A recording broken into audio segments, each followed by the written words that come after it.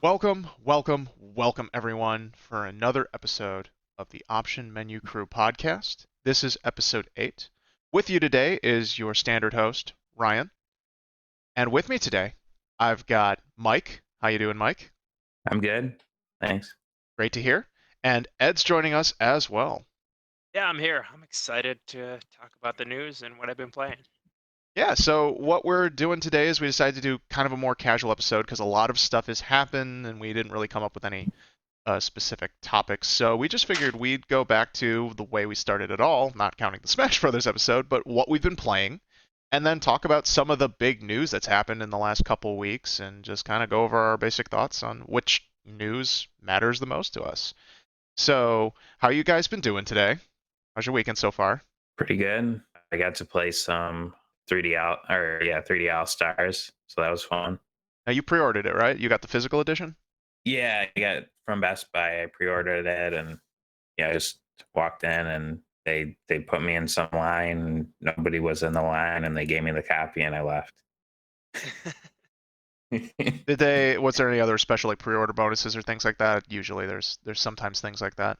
Not with Best Buy, but I believe GameStop and Target had like pre-order bonuses, like some stickers, I think, and I think GameStop had like a cover that you could put on your Joy-Con, Okay. from what I understand. But I don't know. I just didn't look at that before I pre-ordered it, so whatever. Don't you have to like go to the store to pre-order at GameStop? Like, who's gonna do that now? Oh, okay. No, I just pre-ordered online, and yeah, just That's ran in and ran out. I'd hope GameStop has the ability to pre-order online and just choose to pick up in store. But ever since I had a bad experience with GameStop online with pre-ordering something, and it was a long time ago, I've just stayed away from trying to do any sort of pre-order stuff. Setting from online, their online store is awful. Quick side story for that, which is I pre-ordered Soul Calibur 4 way back when on the Xbox 360, and I was super excited. I got the special edition, and they were promising free delivery and day one delivery with their online pre-order offer. So I was like, oh, totally, I'll do this. And so not only did it not come in on day one, but they did not give me free shipping. They charged me for the shipping as well. So completely lied on their offer and burned me ever since. I have not ordered anything from GameStop online since. I usually just check it as a catalog and then see if it's in store, and then I either call my local store or go there and just try and pick it up. But yeah, GameStop online can it can go by the wayside for all I care. I think GameStop in general is in trouble. Yeah, they're fading fast and they're just holding on, so they'll probably make it through this holiday season, but I wouldn't be surprised if next year they're filing for bankruptcy. But we can go back to what you said there, Mike, which is you've been playing the new Mario 3D All Stars. You've given it a chance and boot it up. So what's your initial impression so far? So far I've been enjoying it. For 64, the only thing that kind of bothers me is the camera and the fact that it's not in widescreen. Hmm. Uh, yeah, so the camera's kind of like janky. Like when you press it, it makes like that noise, and but it won't go all the way in every level. Like it won't go all the way around 360. Okay. I think I read online that it's still mimicking the function of the C buttons from N64, so they didn't actually change it to be full analog movement. Does that sound like what you're experiencing? Yeah, yeah. It's definitely like, I mean, I've played 64 so many times that I'm used to it by now, but I thought they would have patched it like in, a big collection that they're doing. Besides that though, like the graphics, yeah, the graphics look good, especially for Sunshine, I thought. And Sunshine just felt better like playing it, even though, so now you press the R button to use flood. Okay. If you're like aiming in a certain direction versus the ZR button, if you're just running around shooting stuff, it just goes, in one. It just goes like straight forward Hmm. versus R, and then you have to stop and place. But it feels good from what I've played. Versus, I just remember playing GameCube like this winter. I was playing Sunshine, and I think this feels better to me, at least. And the cameras, it's not inverted; it's regular, like up and down. Oh, So nice. yeah, so yeah, I've been enjoying it so far. I'm not that upset about them emulating it or anything. Okay. And so, just your thoughts, because Sunshine is a controversial Mario game. So, what's your history with Sunshine? Did you like it? Did you hate it?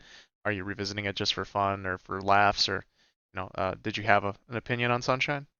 So yeah, I played it when I was younger a little bit. I've never actually beat the whole game before, Hmm. so I wanted to revisit it and hopefully finish the game for the first time. So that's pretty much my history with Sunshine. Did you But like what yeah, you had for played? back in the day or versus now, Yeah, back in the day versus now. I didn't hate it. I didn't. I just it was fun. It was a fun new concept. I never was like, oh, this isn't my Mario. Throw this in the trash Okay. or anything like that. That's not really Mike's style. Me neither. I don't think we're real capable of getting as outraged as some people on the internet do. Yeah, I always thought Sunshine didn't get or got too much hate. I actually did buy it and play it and beat the main campaign. I didn't get all the stars, but I played through it. And I had a pretty decent time, as much as you can with any 3D Mario. I thought the Flood was okay, but it's also been a long time. I've only played it since on the GameCube. I haven't played it in any recent years, either through an official means or an emulated means. So I have no idea if my memory holds up correctly or if I was frustrated with that thing more than I remember. But I did beat it, so I did I like it probably enough. I was gonna say I probably played 64 more than Sunshine, and I've played 64 and they had the remake on DS, and then I played it on the Wii Virtual Console. I think I played it at a friend's house on N64, but I didn't own it on N64. Okay. Yeah, I But haven't. yeah, I never beat Mario 64. Actually, I never actually owned Mario 64. I tried to own it, but the cartridge I got a hold of was from like a flea market sale, and it ended up being broken, and it only ever like made the menu noises and just never booted up. But I did have some other friends who had it. I'd borrowed it from them. I'd played it on a bunch of demo kiosks and stuff back when Blockbuster was a thing. And so I was enthralled with it at the time. And then when I finally had an N64, I was playing Star Fox and other games on it. But yeah, I'd never actually beaten Mario. I've played a bunch of stages in it, but Mario 64 is that one I didn't beat. And by the time like they did the remake on DS, I was just like, I don't really need this game. So I still revere the game because it is like the main game that's responsible for ushering in like full 3D gaming as we know it today. And Nintendo used the same engine as Mario 64 for creating Legend of Zelda Ocarina of Time, which I did play and I've played several times through and played that version of the game. Even when they did the Zelda collection on GameCube, which I think was, oh wait, no, there was two. That's right, there was the Zelda Ocarina of Time and Master Quest bundle that they put on GameCube for pre-ordering Wind Waker. And then there was also the Zelda collection that had Ocarina of Time, Majora's Mask, and I think Master Quest and and Zelda 1. Or maybe it was Zelda 1 and 2. I think it was 4 games. I forget if Master Quest was actually bundled with that one too. But I did have that for GameCube as well. But yeah, Zelda was more my Nintendo stuff, other than, like I said, I played Sunshine on GameCube. And then, so Mike, did you boot up Galaxy at all? And where's your standing on Galaxy?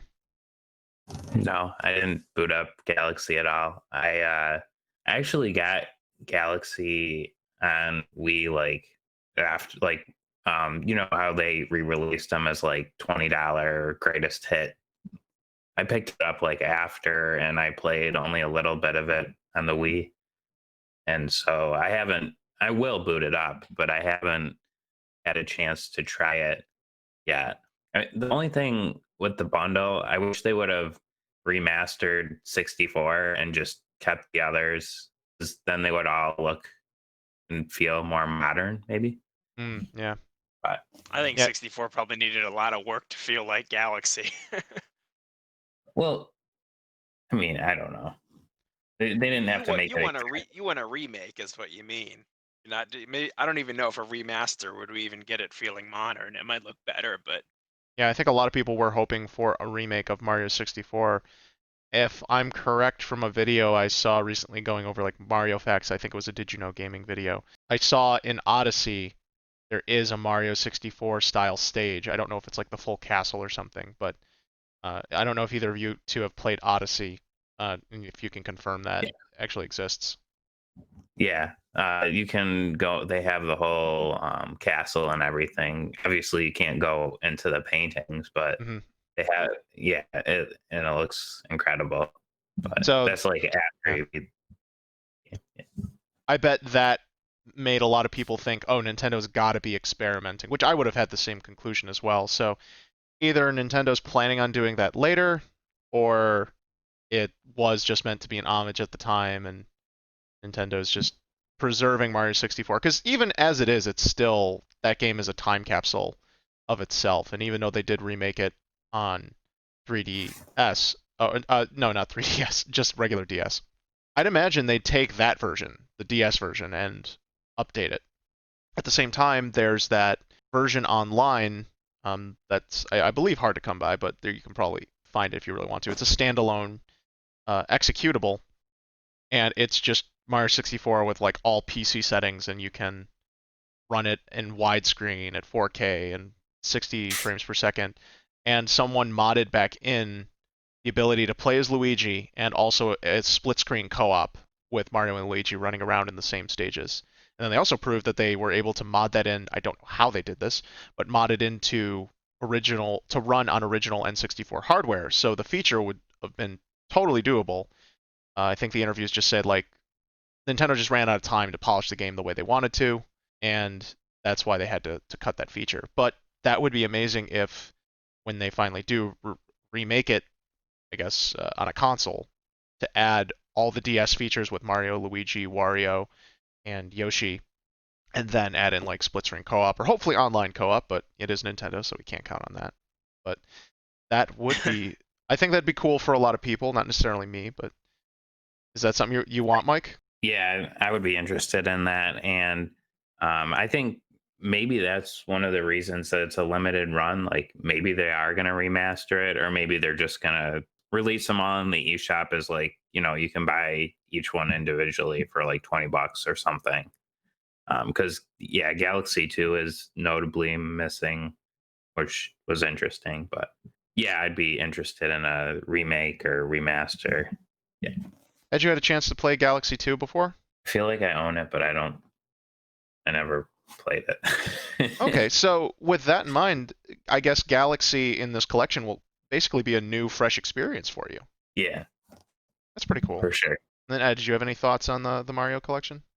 it's definitely odd how it's limited time. So it'll be just even the digital one is limited time. Which has anyone ever done that before? Saying we're gonna stop selling a digital game after this time? Aside from licensing concerns. Yeah, with first-party See, games, I haven't really seen that. I think you nailed it. Like, I've seen it with license, with a couple of licensed games, that stuff gets pulled. yeah, It's and a whole it Disney vault. wasn't like Scott Pilgrim beat him up like that, but they're even bringing that back now. So Yeah, the Scott Pilgrim game, Beat 'em Up, was pulled, and now it's coming back. yeah, Although that's a more of a small niche, smaller property, so it's pretty easy for them to just get in touch with the creator and re-sign that. Surprising they didn't do it sooner, but better late than never. yeah. And then there was a Ninja Turtles game that got pulled. It was called Ninja Turtles: Mutants in Manhattan. It was published by Activision and developed by Platinum Games. I did play it. It wasn't that great, but I still liked a lot of aspects for it. I think the art style is fantastic, and we actually talked about this, me and Paul, on the previous episode that will be up by the time you hear this. That it also got pulled later and is no longer in distribution. But once again, that's a bigger license and things like that happen, and it's unclear why they really pulled it. Maybe quality concerns, or I think it might have been in the middle of like license from TMNT being moved from one company to another, which is something that's happened a few times. Well, I sure hope Nintendo has a plan. They usually have a plan, but not everyone always agrees with it. Yeah. My guess is, I agree with Mike. It'll probably be sold separately, and each game will be sold separately on the eShop. Maybe they are going to do updated versions of them, such as they have been for like the Nintendo and Super Nintendo collections online, where they add in like multiplayer co-op or update some of the settings. So maybe that's their plan, and that with this collection they just wanted to make it really, really basic, so that way they can sell the separate editions with a little more flair. Maybe they're going to do a Mario Galaxy 1 and 2 bundle of itself later, or they'll just be putting Galaxy 2 on its own and they'll sell it separately. I've heard some rumors from some other podcasts I've listened to that from their sources of people closer to the marketing, like Nintendo really got messed up with their plans because of COVID and stay-at-home orders. So this was actually supposed to be out at like the beginning of the year or like closer to March, and then you would have had like a full year to buy the game. But it's still really weird that they would even bother doing this limited run thing. And then this compounds with the rumors of a Switch Pro that should be launching next year around that time. So whether or not they're planning on doing like a bunch of big splashes for Mario games for that, or maybe that's what the Super Mario 3D Land port plus expansion content is for, is to bundle that with that. So they don't want people focusing on the older games when this new one's going to come out and take advantage of the Switch Pro. Yeah, I try I've not to put heard. too much weight on those rumors because how many times have I been disappointed not getting the Metroid Prime trilogy? Oh, people saying, "Oh, it's already done." Oh, there's all these retailer listings coming up. It doesn't seem like you can trust any rumor about Nintendo, even if they call them a leak. Usually, it's just a rumor. Well, the Mario bundle was rumored for a long time. It just ended up getting delayed. So there's always some truth, but yeah, Nintendo is known to be deceptive or to change plans. So just don't set your heart on it, Mike. You know, don't wait too long for games that don't exist. I'm gonna be thinking about it for the next year. I'm sure you will, and we'll be glad to talk about it. Mike, have you been playing anything else recently these last couple of weeks?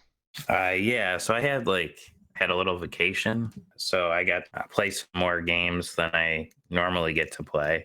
Hmm. One game that I completed was the Marvel Ultimate Alliance 3. Oh, nice. Yeah, and I had a lot of fun with it.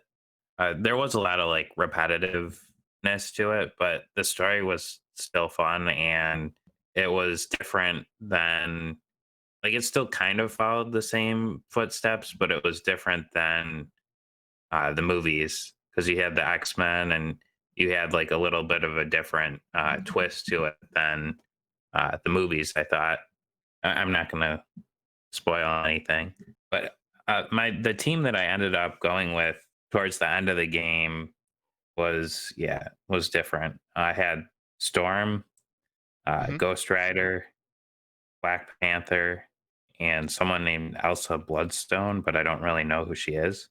Yeah, I didn't know who she was either, and I still really don't. I'd have to look it up again, but I like saw this character and I was like, oh, this character looks kind of cool, and I had just gotten to that part myself in the game before I stopped playing, because I did buy it as well and I was playing it. I planned on playing it with my friends, but we were trying it and we weren't really having fun, and then we hit a huge roadblock with the Dormammu fight.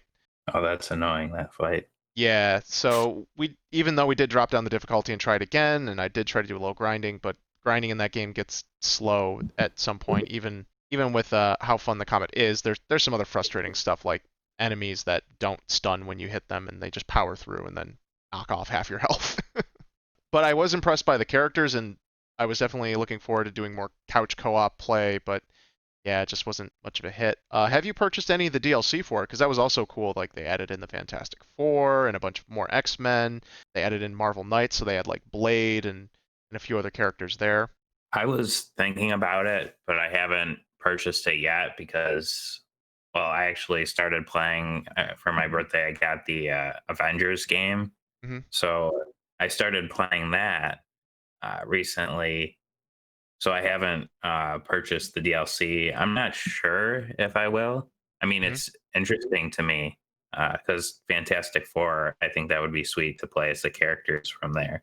But I think you're right about it being a little bit grindy. But if you stick with, I feel like if you stick with some characters and like upgrade them, you can. I don't think it's like impossible or anything to beat. No, it's definitely not impossible. It just becomes kind of a chore. And I understand that that's really what kind of game it is, and that's where the value is for some players is being able to play as their favorite characters, level up, grind, get the better gear, make the numbers go up, and then go back in and beat whatever the challenge is. It just there was such good pacing the first couple levels, and then it just kind of hits this huge roadblock. And maybe it's just that part isn't balanced too well. And it is nice because as you pick up new characters, the characters are already at a appropriate level. And I think the Yeah, one thing I just wish they really would have had, because I feel like the game doesn't give itself the best impression it should right off the bat, which is the characters only have like one of their super special moves. Like you have a light and heavy attack, saying for our audience's sake, but then each character ends up getting four special abilities, and some are attacks, some are support abilities, etc. And you only start with the one, and then more characters have them unlocked as they're higher up in the level. But it still requires time for you to unlock all those abilities, and I think it would have just been way better if you had all four unlocked, and then there's still levels to those to beef them up further. So I wish that they would have done those sooner, and just had the four, and then you just leveled up those things. yeah. One thing I kind of found annoying was that like I couldn't play as my favorite characters because they were so underleveled. Like I wasn't gonna go back and like grind through just to get some of my favorite characters, up to the level that they needed to be. Which I mean, it was fine because I still had a cool roster at the end. Right. And I felt that too. Some of my earlier characters, like the Spider-Man characters, I liked Spider-Gwen a lot, so I tried carrying them forward. And when you got four humans working together, it can be a lot easier. However, I agree, it does suck, and it takes a long time if you're really trying to get a character up high enough to continue to play into it. And you might want to cycle around some of the other characters, and it just isn't that friendly. Even with the items you can get that give you extra experience on top of just playing through the game. So yeah, but that's I guess inherently a problem with that style of game that wants you to spend time grinding. Yeah, and I mean I think it's awesome like switching now to Avengers it feels more grand in scope to me.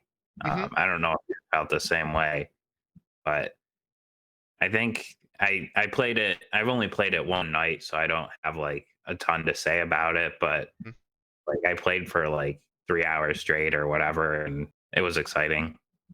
Yeah, I can definitely speak more to the Avengers game when it's my turn. But I want you to keep going and finish up. Are there any other games that you've played that you want to talk about? Yeah. So I played and beat Vader Immortals for the PlayStation VR. Hmm. So with this one, I had an issue with controls, not necessarily like the lightsaber play, Hmm. but just like when you're like moving around to like hit buttons or like climb up ladders and stuff like that, it's just doesn't feel intuitive. I'd rather them have like controller support too for people that don't want to flail their arms around. Yeah. I don't know. I mean, for the lightsaber, it was cool, but I mean, the story was great. Like, if there's any reason to play Vader Immortals, it's just to see, yeah, the presence of Vader and just that whole like story. Yeah, and I think it Which, was developed specifically for VR units before it hit PlayStation VR because it came complete. It was sold in episodes, and I think its primary thing was the Oculus Quest. yeah, I might be wrong on that, but it was no, so you're I right. think it would have been tough for them to strip out the VR hand controls, and it probably would have required remaking that whole game. But I understand that frustration that can be for some of these experiences, especially since the Move controllers are still super out of date. Yeah, I mean, other than that, like I get that it's the story and the lightsaber play and stuff like that, but I only spent like it only took me like a little over 3 hours to beat the whole thing. Like it didn't take me like 10 hours or anything like that. So if you're Okay. gonna get it, yeah, it's a short experience. Do you think with that kind of runtime you would want to replay it, or are you kind of done with it? Well, because of the controls alone, I'm kind of done with it. Maybe I would watch it again, Hmm. like online or something, just to relive the story. Was that your first major VR game purchase? Have you played any other VR games, or was that kind of the one? So I have the Iron Man, like I got the Iron Man PSVR bundle. Okay. The Iron Man game, I had this like similar issues with the Move controller and stuff because you have to have your arms like facing inwards towards you, and it just feels weird, like in order to fly and stuff. And I didn't really enjoy the controls too much. So maybe that's just me. Maybe it's just I just prefer to play VR with the standard controller, or maybe it's just the type of game because I have the Oculus Go as well, Hmm? and that only has the one controller. And there's like different games on there where like there was like a Western where like an arcade shooter. I had fun with that, or it had like a similar thing to Beat Saber on there. Oh, cool. um, I forget what it was called, but it was a similar type game, and I didn't have any issue with those type of games, those arcadey type of games, more so than like the adventure games on PSVR. But yeah, the big titles that I have for PSVR are have the Tetris effects, the Iron Man game, and Vader Immortals. So that's what I have so far for PSVR. Okay, does Iron Man VR offer like a standard control option, or is that also forced to use PlayStation Move? That's forced to use PlayStation Move Okay. as well. And then did you have any thoughts on Tetris Effect, playing it VR versus non-VR? Tetris effects, so you still use the controller. So it's just the visuals and stuff. And I really enjoyed that in VR, the VR experience with that. And and it's even better with the 3D sound when you put in your headphones. And Oh, cool. yeah, so that was fun for me. Have you It, played it without VR as well? yeah, because I originally bought it before I had PSVR. So it was Oh, like, okay. yeah. And So you prefer it in VR? yeah, I prefer that one in VR. Super So cool. I have more games that I played, but like I don't want to take all day. So Okay, I'll let someone else go. that's fine. I've also played a ton of games, so I'm gonna kind of be very summarizing my thoughts.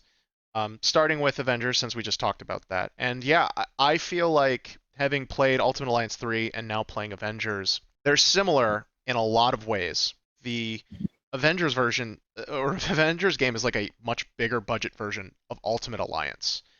And I feel like, I can't remember the timing with this, because I think Ultimate Alliance 3 was announced way later, and Avengers was announced way earlier, and they just did like a CG trailer where they're just showing like the weapons, and Square Enix was just like, we're making an Avengers game. And then we saw Oh, yeah, nothing for years. I remember the first trailer, and it people were so mad about how the characters look. They're like, "What is this garbage?" Yeah, and that first trailer was only like a year ago at this point. Yeah, So it was very saddening to see like, oh, this game's coming out in like a year and it's looking very bad. But they've definitely fixed it up visually. And I'm playing on the PC version, which I'm able to set some settings and I'm able to run it pretty well and it looks a lot better, but in certain ways that's where like I'll state this as just a personal preference. I think Ultimate Alliance 3 looks way better. I know that not everyone likes the more cartoony styles that Ultimate Alliance 3 goes for, but personally I find that way more appealing. I think it captures more of the original essence of the character, that they're allowed to have more fun with it, and it just creates a much more visually striking experience, and when you're playing, things are much more visually clear. Although for that game, because you can control four characters at a time, the camera's zoomed out, they have a lot of chaos going on. But then there's also all these different environments from the different parts of the Marvel world, and while they're not always the most well designed, they're at least very interesting. Like the Daredevil mansion, or the whatever the mansion was in the Daredevil world was really neat. And before that, yeah. Well, the first one was Guardians of the Galaxies on a spaceship. The Avengers Tower, like everything was. And I know there's more, and then you go to the Dark Dimension to fight Dormammu, and I don't even know exactly what comes out after that. There was the X-Men mansion as well. So there's all these different things, and also every like there were sub bosses and there were final bosses. And they were all these famous Marvel villains, and they were pulling from the entire roster. So they had everything from Avengers to X-Men to Spider-Man. They had everything, and it didn't matter. And I think that was a benefit of just Ultimate Alliance 3's timing. Avengers was announced way earlier, which was probably before. Yeah, if I'm remembering correctly, was way before Disney finalized their purchase of X-Men and Fantastic Four from Fox, and all that property stuff was back under their control, so now their plans are shifting. So that is also where I see Avengers, though, is different because they're focusing more and making each character much more in depth. They still have like 3 special skills. They have their normal lights and heavies, and there's variants you can unlock on that with additional combos that have special properties and then unique abilities. And everyone's got some sort of long range ability. Like Black Widow has her pistols, and then she can get a submachine gun or a magnum. Iron Man can shoot his repulsor beams, but then he can get rockets and a laser. Captain America can throw a shield, obviously. And then Kamala Khan, who's the star of the story, she's got her embiggen powers, so it's a little almost Mr. Fantastic-y, but she's a teenage girl, so she kind of uses the powers in a much. And she grew up a lot like us, and this is great. Why she's such a great parallel. She grew up in that universe as a superhero fan, so she loves all the comics that came out based on the adventures of the characters. Gets to meet them; they're real people in her universe. And she just gets to geek out, and so she's kind of experimenting with her powers and like in a very, I think, relatable way, like how she can slam her fists and make herself taller and expand. And it's just a different way, a different personality, even though the power is similar to like what we've seen from Mr. Fantastic. Although I'm not huge on the comics, so I don't know what the specific differences are between their abilities. But you can draw the parallels there. So it's a beat 'em up. It's focused more on the. It does have a single player campaign, which I'm very happy with. That you can actually just play that single player, and you can ignore the multiplayer if you want. And then you can hop into multiplayer whenever, and you can have people co-op with you either randomly or just your friends. And then there's also a separate mode which takes you right to the end of the game, which is kind of weird, where it's just like there's going to be spoilers, and it literally just cuts you straight to the end of the game, and you can just play multiplayer if you want with your friends or people online and level up and go through the gear grind.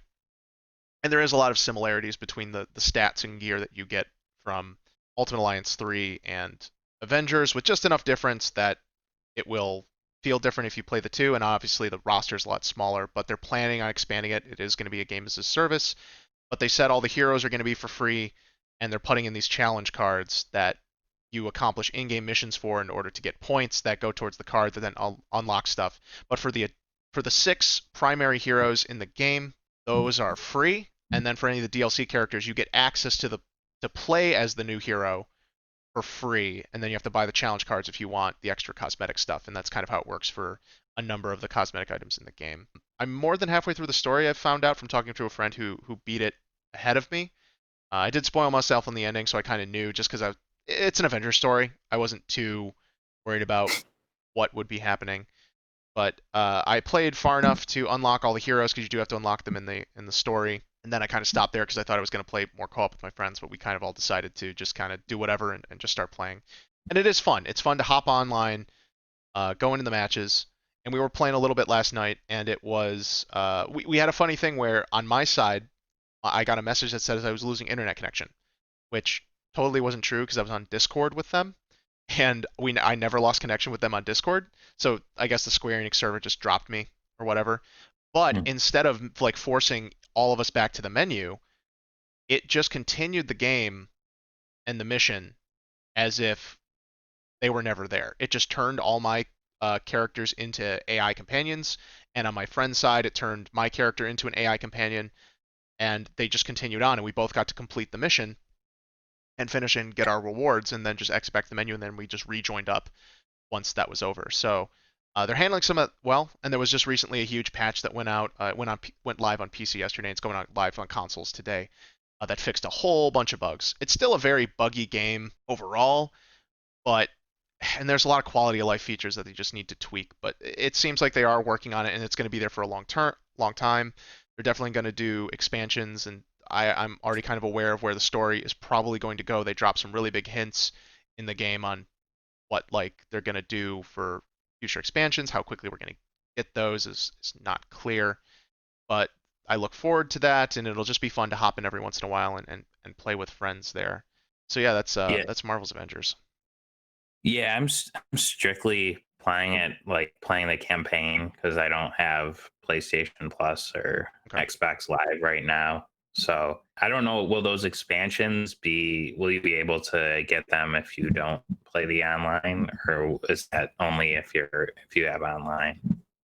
Those things will probably come in patch updates. So as long as you can still get patches, which I'm pretty sure you can, you don't need PlayStation Plus for patches.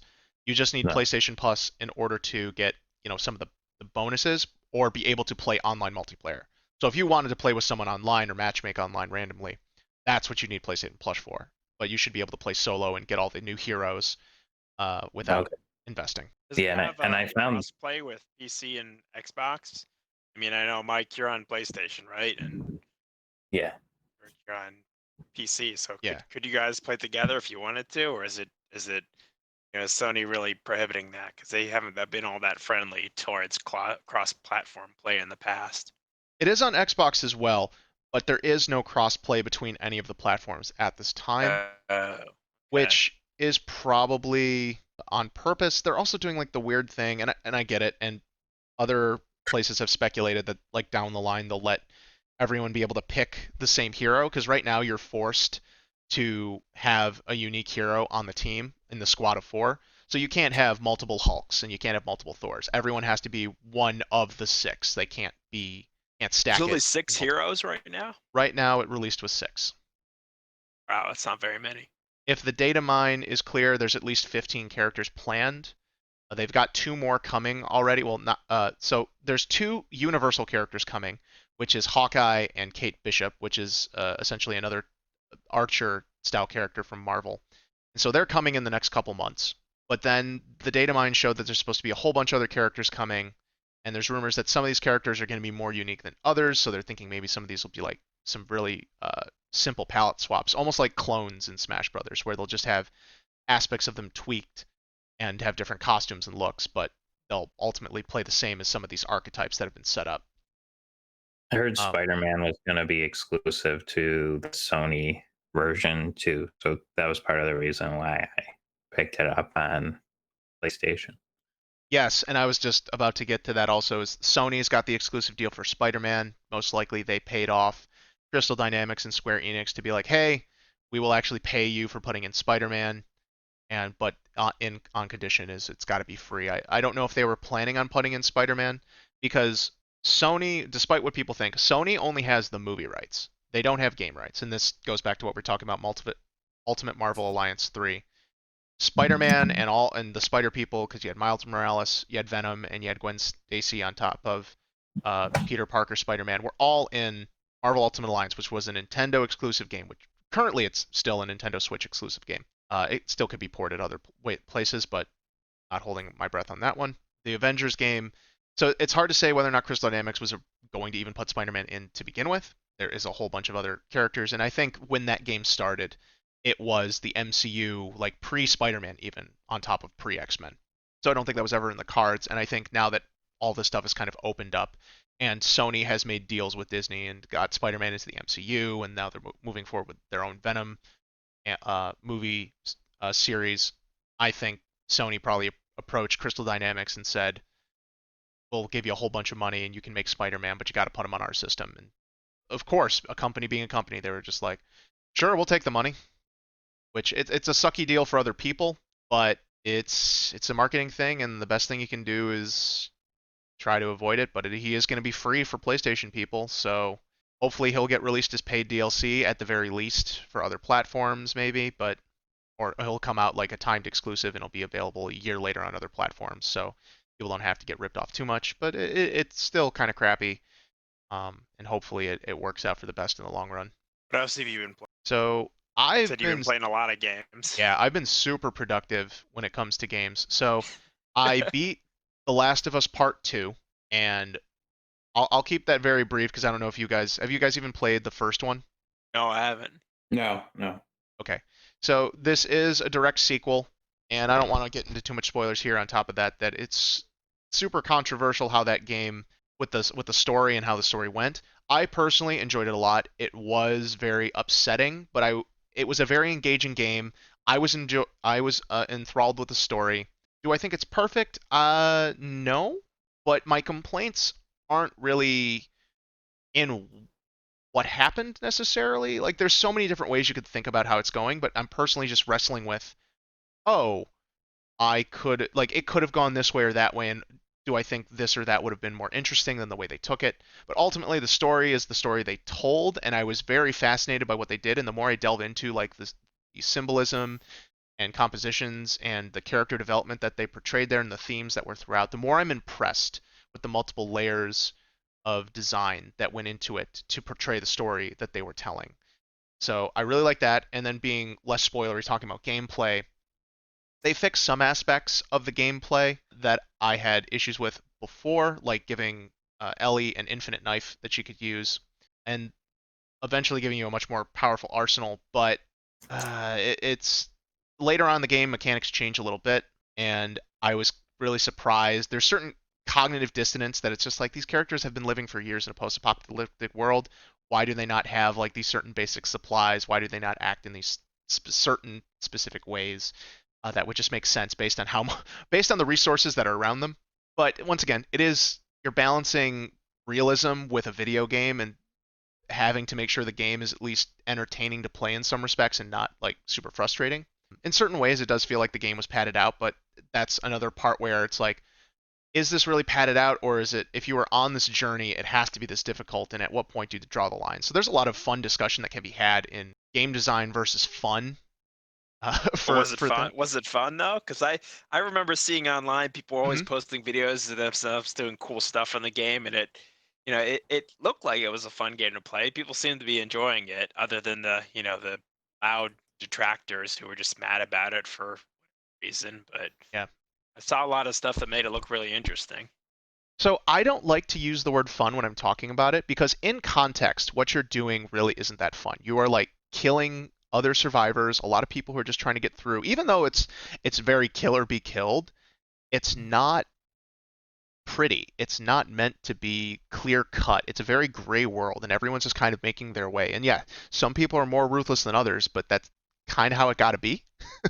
So I don't like to use the word fun, but on its own, if you take out the context and you're just engaging with the mechanics, if I ignore all that stuff, then yes, I think that what they have there, there's a lot of player creativity. You get a lot of gizmos, and you can approach combat scenarios, most combat scenarios, in unique ways. There's clearly very optimum stuff, and there is limited resources as well, so you can balance out what you're using to do that. And you have to think about, okay, if I burn all my resources now, am I going to get enough resources to make it through the next one?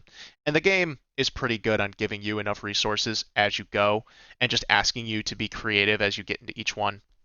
And when you're playing on normal difficulty, checkpoints are very generous, and there's even mid-combat checkpoints, so your progress is never truly lost, and it's trying not to waste your time. And if you really want to, there's accessibility options and difficulty modifiers, and I think that's one of the most universal cool things about this game is that they added in so many accessibility and difficulty modification settings, not only for people who are differently abled that like to play video games, but also just as different levels of interest in playing a game. Like I have an issue with how many bullets the enemies can take before they die. Like you usually a headshot will kill a dude, and then there you get enemies with helmets and things like that, so it's harder to kill them, so that makes sense. Or there's those with body armor. But like you shoot some dude in the leg or the shoulder who's like a normal everyday dude who's just in his survival gear, and he takes a bullet, like he should probably be down and not get up and be able to shoot you again, even by like adrenaline standards and things like that, or if they're experienced military personnel who survived. I always find that weird. And then there's the balancing of you can game the system because AI is only so smart, and you can trick the AI, and you can use some repetitive tactics to take out enemies and make encounters really easy. But you can go into the settings and you can change like the aggressiveness, so you could have the enemies be way more aggressive, but also like decrease or increase the amount of resources you have. So if you want to make the experience tougher or balance it in a different way, give yourself more health, or you take less damage, or up your defense. Like there's a slider for that. There's a slider for all these things, and you can tweak it and almost perfectly get the way you want. And they did even add even more settings in a update a couple months ago. So I was really impressed with that stuff, and I thought about doing a second playthrough, but I was just so devastated from the story. I had to take time to think about it, and they added when they did the latest update and added a bunch of new features and updates. They did this visual filter settings, and you can actually add like either different color palettes, or they actually did like this. It makes it look like it's cell shading. It kind of makes it look more like a Telltale game, like Telltale's Walking Dead, with like these really flat colors and really stylistic lighting and shading and outlines. And I was just like, holy crap, that looks so cool. And in practice, it just gives the game this entirely different feel than the stylized realism that it was going for in its natural, which still looks great. Like the game is gorgeous in terms of how realistic the graphics get and the animations for people's performances.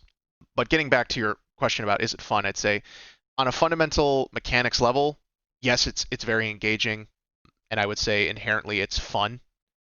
But it's hard to say the experience when you put that inside the game world. I wouldn't feel good about describing it as fun, but the game is very engaging and enthralling. And as you've heard online, the story is kind of take it or leave it based on your feelings from the previous game and what kind of gamer you are going into this game. What would you Yeah, I give can it out of understand 10? that.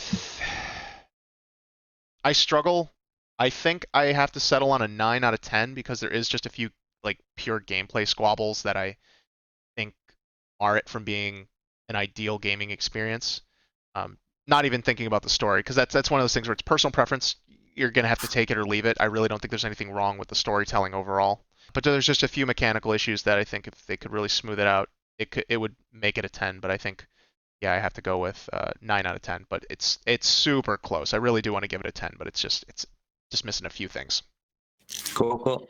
And then I played and beat Ghost of Tsushima, and I'll get really quick on this one. So gameplay's really fun. Being a samurai that turns into a ninja is super cool. Some of the stuff you could say is repetitive, but honestly, I never got bored with any of the mechanics. And as I got new stuff, I felt like I got a healthy amount of new tactical gear, and you get like special charms that eventually change properties of like tools you're using, and that could either enhance them or make them work completely different. Like you can get these wind chimes you pick up and you throw them, and it attracts enemies to them, so you can distract them either to get around them or to do like stealth assassinations. And eventually you can get a special charm that makes it so when you throw the chimes, they turn into poison gas bombs. So you throw it, a guy gets attracted to it, he looks at it, and then it does a big puff of smoke, and the guy starts choking out and dies, and like scares other people around it. And I'm like, oh my god, this is so great! Like it's a super cool stealth weapon. So it turns from like a passive stealth item to an active stealth item. You could get stuff like that on top of getting like kunai. You got your ninja sword skills for when you're fighting close at hand. Overall, I had a lot of fun. There is some weird jank to it, and it is an open world game. I would say it's probably the best example of a well-designed, curated open world. I didn't feel like there was too much stuff, and I didn't feel like there was too little. And also, they used a good amount of verticality, not just in like climbing mountains and things like that, but also in like towns and structures and being able to get on top of buildings and going through windows and climbing it. It really felt like the kind of jungle gym that I think open worlds should be. And I haven't really played much of the Assassin's Creed series, but I've heard from critics that this is essentially the Japanese Assassin's Creed that people have been waiting for. So that's cool to hear, and that's for some listeners who may have been hoping that eventually Assassin's Creed would go to Japan. I'd have to say the most unremarkable thing about it is the plot and the stories. It's pretty much an homage to every samurai movie ever made, and that's cool. I don't think that's like a bad thing, and I'm not opposed to it. But I'm so aware of all the tropes and cliches from that it just was unremarkable. The story was very predictable and not necessarily bad. So for that, it's going to resonate with you based on how you feel about that type of stories, those types of stories. If you like the samurai tropes and all that, you're going to love it. And there are some interesting beats, even in side quests and in the main quest. There's a few interesting points that happen. Once again, super high quality facial animation and performance capture. Voice work is super great. And so all the actors do an excellent job in the game, and I think they really do well to sell the story. But the story is what it is, and it just didn't grab me other than the few times where it really did take some liberties with trying to do some modern storytelling. And I was like, oh my god, they did that, and this was actually a legitimately touching moment. And there's only the couple of those for me that really stood out, and I appreciated those where they were. but the gameplay carried me all the way through. I had a lot of fun. I do have to say, like, one of the weird things that they did gameplay wise that stuck out to me, and I wish they would have let me do more of this, is there's only a handful of boss fights in the game, and that kind of makes sense. But what they do for most of the boss fights is they're one-on-one samurai duels. Now, early on in the game, you're supposed to only have your samurai skills, and you slowly grow into the Ghost of Tsushima and use more ninja tactics in order to fight off the Mongol horde. And they force you throughout all of the game to do one-on-one samurai style fights for all the major boss fights. And that strips away most of the best mechanics you've learned. Now, you do get additional sword techniques that you can use and switch between, but they're mostly just kind of playing rock paper scissors with enemy types. Like if a guy's using a spear or a guy's got a shield, like switch to this type to break through their guard and deal damage to them, and you have to do that on the fly. I didn't really appreciate that aspect either. I would have preferred if you just had straight up new techniques you learned and that's what you used, and that way it was more, in my opinion, that'd be more efficient to use on the fly, just switching between the different techniques and attacks rather than having to actually switch an entire stance to get different attack animations. But you do pick up some general ones like that, and you're free to use both the stances and those special techniques in the fight, and some of them can make fights way easier. But I'm very fond of doing counters and parries and well-timed dodges, and the game does reward you for that, and your skill tree can upgrade, and you can get better rewards for doing that. And the fights are also very cinematic in that they change the camera and they put it like a bit behind the character, and you circle each other, and it makes it look very much like the samurai movies in a duel. So that whole part is fun, except for the boss fight at the end of the game. You're not allowed to use any of your ninja tools, which I thought was just so weird that with some of these fights, like, why would this character be honorable at this point in time? And looking back, okay, I guess it takes a while for the character to actually, for Jin to actually get out of his head that he needs to be a samurai. But there's only the one final fight where you get to go hog wild on the dude, and it has 3 phases, and you can just use all your ninja techniques to fight this dude who's super powerful and has shown to also be dishonorable in his techniques as well. I just wish there was more fights like that against like really tough opponents where you could have actually used your different tools, but it does kind of prove that once you have all those tools, you are like super godly in that game. So I guess that's another design versus balance thing it stuck out to me. But overall, yeah, the game's super fun. I'd give it an 8 out of 10. I really recommend it to anyone to take a look at. For most people, I think it'd be great on a sale, especially if you love open world games and samurais and ninja. Is there a lot of stealth aspect to that game, or? So that's actually a great question about how they balance that. There is a lot of stealth that you can do, and there's only a small number of missions in the game that literally force you to do stealth. But even within that, they give you a lot of room for error. So if you get caught, like there's a chance you still have to like kill the enemy, or there's gear you can equip to make sure it's harder for them to see you and notice you and call out to ruin your progress and start you back at the checkpoint. They provide a good in-game reason about why you're supposed to be stealthy, which is the Mongols typically kill hostages if they notice anyone's trying to break in and rescue it to kind of make the effort futile. So they set really good in-game reasoning for why you should be stealthy, on top of just balancing it out well, where you can really experiment even when you're forced to not be detected in order to accomplish your mission. Cool. But most of it is not forced stealth. Like I'd say it was like maybe a dozen missions at best throughout this game, and there's a ton of missions. So overall, you'd say it's balanced, right? Yes, overall I'd say if you're not a fan of like forced stealth section, this is not going to be that frustrating. Interesting. And you can even change the difficulty on top of the gear to make the game easier. So if you want to just power through those sections, you absolutely can. So that's Ghost of Tsushima, which is also a PlayStation 4 exclusive. That'll also be coming out on or not coming out for PS5. You'll probably be able to play it on backwards compatibility on PS5. And then I already talked about Avengers. Oh yeah, and I finally started playing Control, which came out a year ago on PS4 and Xbox. And it was unfortunately an Epic Game Store exclusive on PC, which I'm just not a fan of Epic Game Store because their store's not great. And I keep hearing about new bugs they just haven't fixed and issues that people have with it, but they still deal with it. And I get it because it has Fortnite and they do give away a bunch of free games and they're pulling that exclusive crap that that's bad, but I waited and I was rewarded because I waited a year and they put out all the DLC. They bundled it into the Ultimate Edition, and their own issues with how that Ultimate Edition was handled. But I was able to get the game for like $35 with the full original game plus the 2 DLC expansions on Steam as a complete package. So in that regard, I kind of won out for waiting. So I got a super good deal on that. And I am having a blast. I've beaten the main campaign, and right now I'm just kind of cleaning up side quests because there's tons of lore, and I'm really enjoying the lore. The premise of the game, for those who aren't aware of what Control is, and it's developed by Remedy, who are the creators of Alan Wake, and they also worked on Quantum Break as the Microsoft Xbox exclusive game, is that it takes place in the real world, but what if the X-Files, like everything in the X-Files was real on top of creepypasta, if you guys are aware of what that is, and there's these objects of power and places of power. So there's like supernatural stuff can be happening.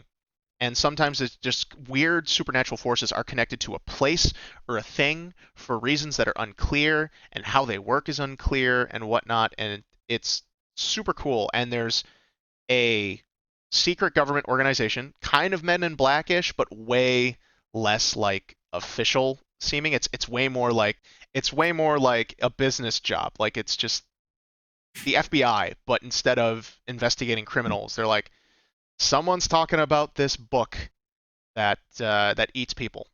We gotta go figure out what that's about. Or this and that's not even a real thing that's in there, although there is plenty of objects that do that. But there's like funny things, and I believe they've probably taken inspiration from some of the stuff that's online already that people have dreamed up. But there's this post-it note that keeps duplicated infinitely inside an office, and this dude leaves a note that's like, I'm done, I can't do this. Like it keeps just covering up all my stuff. There's a stoplight, a traffic light that makes you play red light, green light in order to actually approach it before you can seal it up, and all sorts of weird things. Oh, a fridge, it can't be left alone. It needs to be watched at all times, and if it's not being watched, it acts up and like captures people. It's all sorts of funny stuff like that. And so it takes place inside a single building called the Oldest House, which itself is like a place of power and has weird supernatural properties and can form, and it's huge, and it's got all these different structures, and it can even connect to like different parts of the earth or even different dimensions. It's super cool, and that ends up making the game basically a modern 3D Metroidvania, or Labyrinth game, as I prefer to say. You get super cool sci-fi powers, like your character Jessie walks in. Her whole goal is she's looking for her brother. Her and her brother both encountered this projector that was opening portals, and ended up taking away or making all the adults in the town disappear, and there was just a bunch of kids. But then they managed to figure out how to stop the portal, and the FBC, the Federal Bureau of Control, comes to the town, investigates what's happening, finds the projector. They manage to capture Jessie's brother, but Jessie gets away, and then Jessie spends the rest of her life trying to figure out where her brother is and where they took him. And then she finally finds the Oldest House, and once she's in there, they're in the middle of this quarantine themselves because this weird, almost like a psychic virus, is taking over people and turning them into zombies, supernatural zombies and stuff like that. And the force is called the Hiss. And Jessie comes in, gets this mystical gun that's called the Director's Gun, or I might be getting the name wrong there, but it can morph into different types of firearms, and so you can walk around. You get psychic powers where you can like do like a palm blast, and you can fly and use like force powers. You can pull objects towards you and throw them at people. Super fun gameplay. My really only complaint is that they really do want you kind of looking around the environment, so the map they give you isn't all that helpful. It's really more of just like a compass. And there's some huge difficulty spikes. I was playing on the normal difficulty at like default settings and stuff like that, and actually I think there's only one difficulty to the game. And just, I would get into certain boss fights, and I'd get hit once or twice, and I'd be dead. And I'd be like, what the heck is going on here? And enemies, they run around and try to outflank you, and they'll shoot you down. And part of this is exacerbated by the fact that the only way to regain health outside of visiting checkpoints, which they're never really near combat, but eventually you can get to them, but you're not supposed to rely on them for when you're progressing through the game normally. The only way to replenish health is from shooting and hitting enemies, and then they drop little health pickups. And you have to run towards and get pretty close to the health pickups in order to get them. And they don't give you back much at the beginning, but you can eventually get like gear and mods that you put on Jessie that can increase that amount of health you have and the amount of health that you get back from those pickups. But you never get one that like pulls them in further. Although sometimes I see that it can pull them in further, like if it's like on a floor above you or whatnot. But that makes it really difficult because then just about every boss fight, except for like two bosses I actually have encountered, there's the main boss that you're fighting, but then there's also tons of these enemies around you that are firing on you, and you're supposed to use them as fodder. But the boss is usually got really good tracking on their attacks, so they're hitting you. So that's like one or two hits there that you get killed unless you manage to take out some of their dudes. Now there is a power where after you lower the health of the regular enemies, that you can like mind control them and then they fight for you for a while. So that can help, but I you have to wait a few seconds for that power to take control, or take them over, I should say. And you can get shot and killed while you're waiting for that to happen. And a lot of times I'm just shot from blind corners or where I'm not looking, and I have to restart a fight. The checkpoint system has been fixed over time, so apparently I'm playing the most optimized version of it, which is great. But about halfway through, I just reached a boss encounter that was super tough, and I just went into the settings, and luckily they have some assistive features there that are kind of reminiscent of what was in Last of Us, but it's a whole different suite of stuff. And I was able to just increase or decrease the amount of damage I took, so I turned it down by 50%, and it became way more manageable. It was still tough, and I was still dying, but that minor fix there made the game way more tolerable.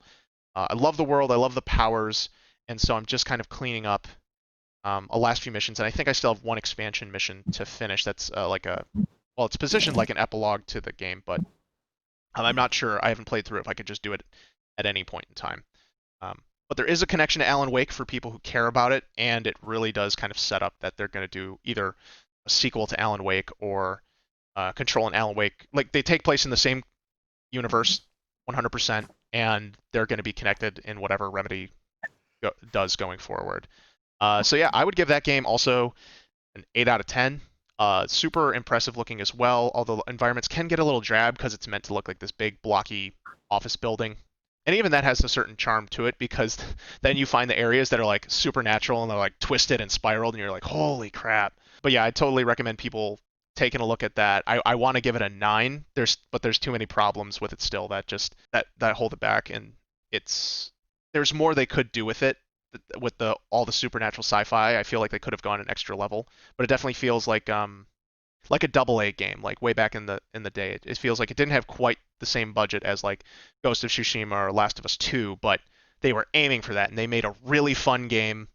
Not optimized the best for the gameplay balance, but still really fun mechanics and a really interesting world and lore for you to play around with. So highly recommend that, and probably get it on a sale or get ready for next gen, because when it came out on consoles it didn't perform really well. They were trying to do some advanced visual stuff and it didn't work out too well. But the Ultimate Edition is available, and that should be available for PlayStation 5 and Xbox Series S and X when those are available. So I'd say look for a sale on that for next gen, or just pick up it on PC on Steam if you're a PC player. So are you glad you waited then? Waited for it? Or you wish you would have played it right away? Yes, I am super glad I waited. I feel like I got a really good deal. On top of the game is amazing, and I had a smile on my face like the entire time. Nice. So that's pretty much what I've been playing. I mean, I'm still working through my backlog. But Ed, what have you been playing? So I didn't have my week off for my birthday like you guys, so like I can't say that I've played as much as either of you, but I did just this week finish Paper Mario: The Origami King.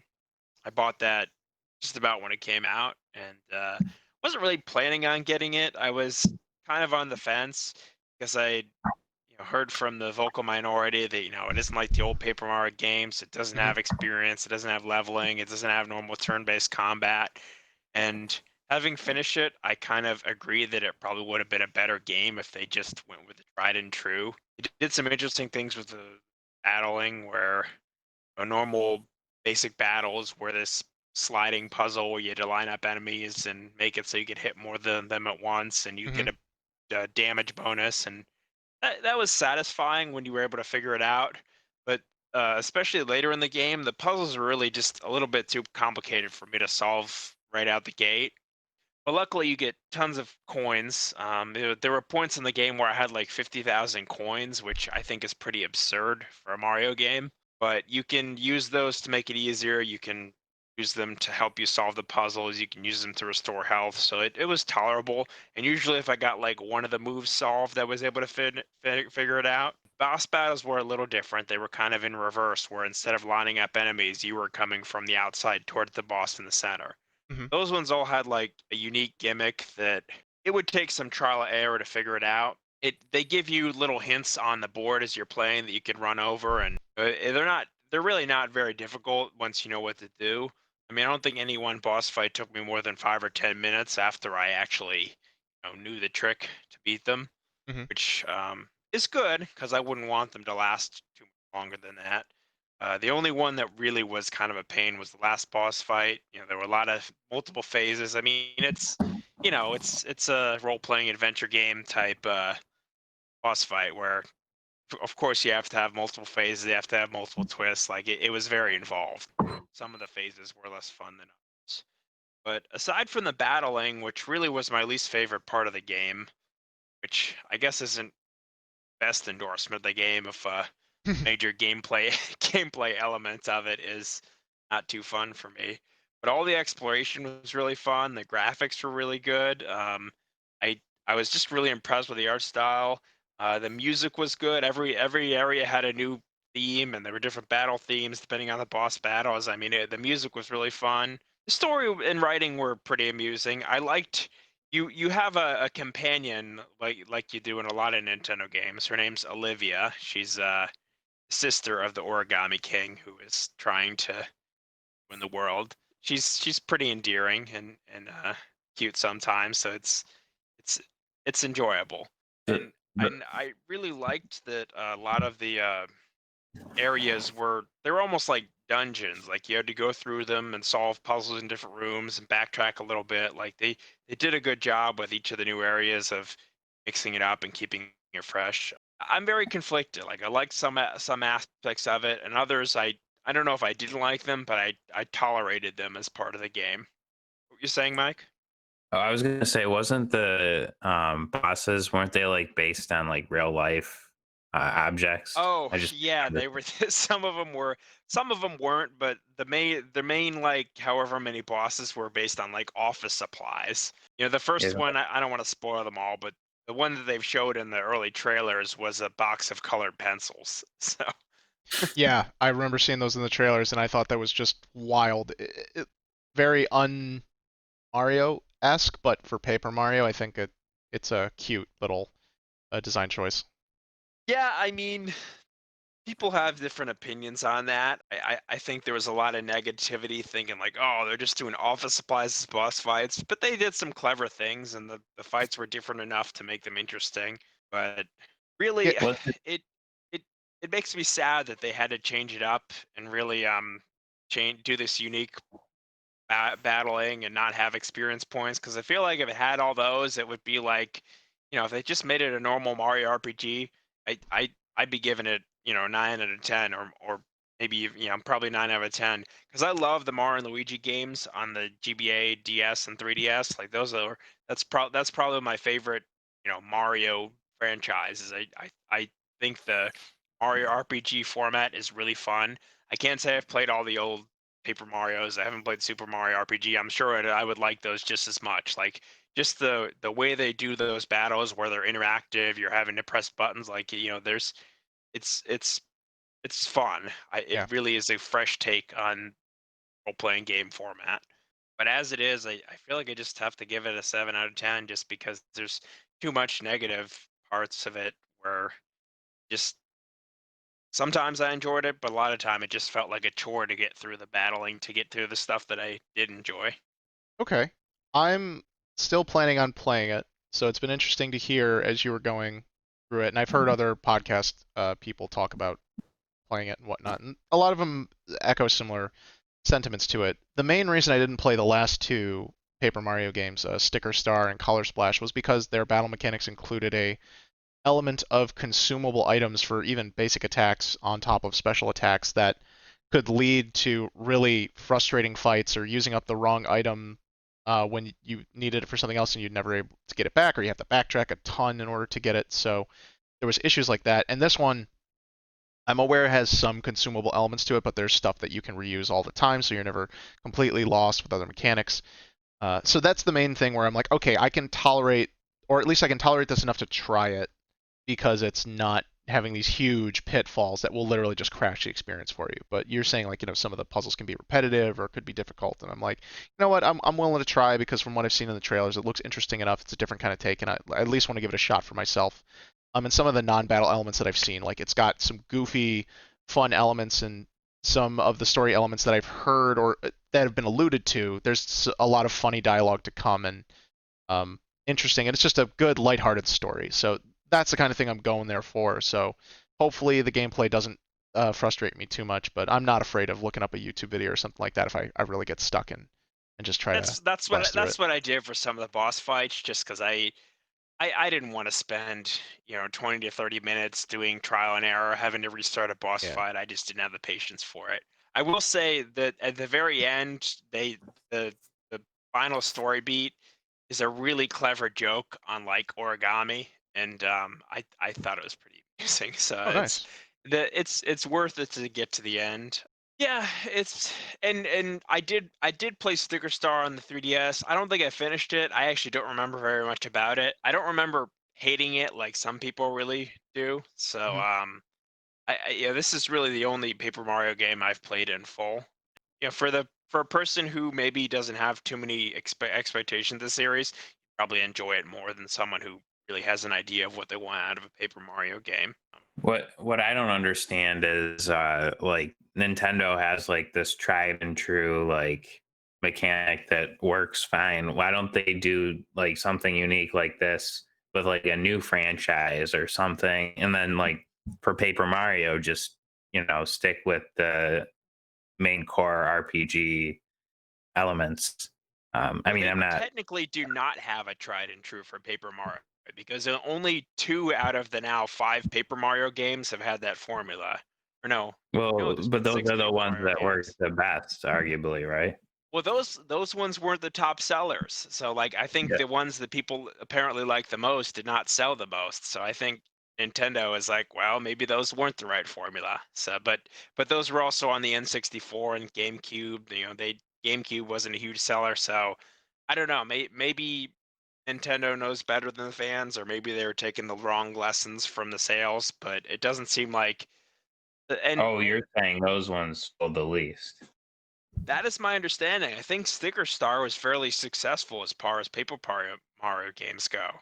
But Hmm. I will say about the consumable items, you kind of need to constantly be using consumable items because your basic boots and jump and hammer attacks just aren't enough to kill the enemies, even if you do line up the puzzle correctly. So you're gonna have to keep buying, what was it, like shiny boots or shiny iron boots to be able to actually kill the enemies in one turn, or else the battles are really gonna drag out. I was actually a little worried near the end of the game. I had to go and stock up on items because I didn't want to get past the point of no return and only have my crummy boots left. Yeah, So and I heard that's part of the reason why the in-game economy is so crazy is you get all these coins because they want you buying all of the consumable items and using them in battle. So it's that you yeah, don't feel like you're constrained, like you're not going to get more coins. Like, these items will be here, so just buy a ton and stock up for your fights. yeah. I Why mean, does near the end, Nintendo? I was using all the time in battles to, as you collect more toads, there's a like there's like a stadium around your battle arena, and there's hundreds of toads that sit in them. If you pay them coins, they'll do stuff like heal you or help you solve the puzzle. Or in boss battles, they'll give you a guide that makes it easier to solve the puzzle. So I was using that like all the time near the end, just because I was getting tired of, and it got harder. It got to the point where I just didn't have the brain to figure out some of those puzzles without at least them giving me like one move. Once they gave me like the first move out of three, I was able to figure out the other two. Mm. But at the beginning of each puzzle, I was like, oh my god, how am I going to solve this thing? That's And funny. It sounds like some of the conversation we had before where Nintendo kind of invents a problem for itself inside a game and then develops a solution for that problem. So it's like this is frustrating. Why are we doing this? Well, instead of, fixing the core issue, we'll just create a thing around it that solves the issue for you. And maybe that is just a part of game design, but it is a funny thing that Nintendo likes to do, like with Animal Crossing, where you can only have like one island per Switch, and it doesn't make much sense. I wouldn't But call this the same. I wouldn't say that's the that's same thing. that's fair. Or like the not being able to stack certain items or things like that, or only being able to craft something one at a time. It's those little quality of life Oh yeah, features. I don't think I could go back to New Leaf where you had to like, you get a inventory of 9 fruits and you have to drag each of the fruits individually to stack them. I Yeah. tried to go back to New Leaf recently. I'm like, I cannot play this anymore simply because of the inventory management. Like that's a completely different conversation about quality of life features in Nintendo games. We could go on that about that for hours. Oh yeah, but yeah, I just meant to make the quick comment on how you said like, oh, the toads can do all these things for you and like make the puzzles easier, which is also great. It can be a good accessibility feature. That's how That's I would naturally frame in. it. I mean, other people who are better at those probably wouldn't need it. And I'm probably better at the puzzles than other people still might be. I don't know if I'm the worst at them, but some of them are kind of challenging. But you don't have to struggle. You don't have to. They do give you a lot of options to get around things that you're not able to solve. Well, I'm still looking forward to playing it, so that's really cool, and I will be updating you on my thoughts when I get sufficiently into the game. Yeah, I recommend it. Part of the thing that really drew me to it was it is unique, and I commend them for trying something new. And I'm generally drawn to games that do something that hasn't been done before, Oh, and something that I haven't played. on a note of if you wanted to play another Paper Mario that was more like a classic RPG, you should play the crossover game, the Mario and Luigi Paper Jam, where it's a Mario and Luigi game, but Paper Mario crosses over, and so he becomes the party member. But it's pretty much a normal RPG battle system. It's just with those three characters. There's some other Yeah, gimmicks maybe on it. maybe I'll get that. It's on 3DS. I played and beat that, and I would say I have some minor complaints. I don't think the story was as clever as it wanted it to be, but it was definitely worthwhile. I enjoyed playing it. So it's on 3DS. 3DS production just officially ended a couple days ago. So or I think No. yesterday. So yeah, go ahead and either buy that on the eShop or get yourself a game cart. I'd send you mine if I had your address, but maybe that's something we could always set up another time. I might have traded it in. I don't remember. I'll have to take a look at I my might shelf. have to get it though because I am a fan of that series, and I don't have all the games. I haven't played them all, so it's Yeah, something I might have to add to my collection. there you go. Now, I actually did just start playing another game, Okay. and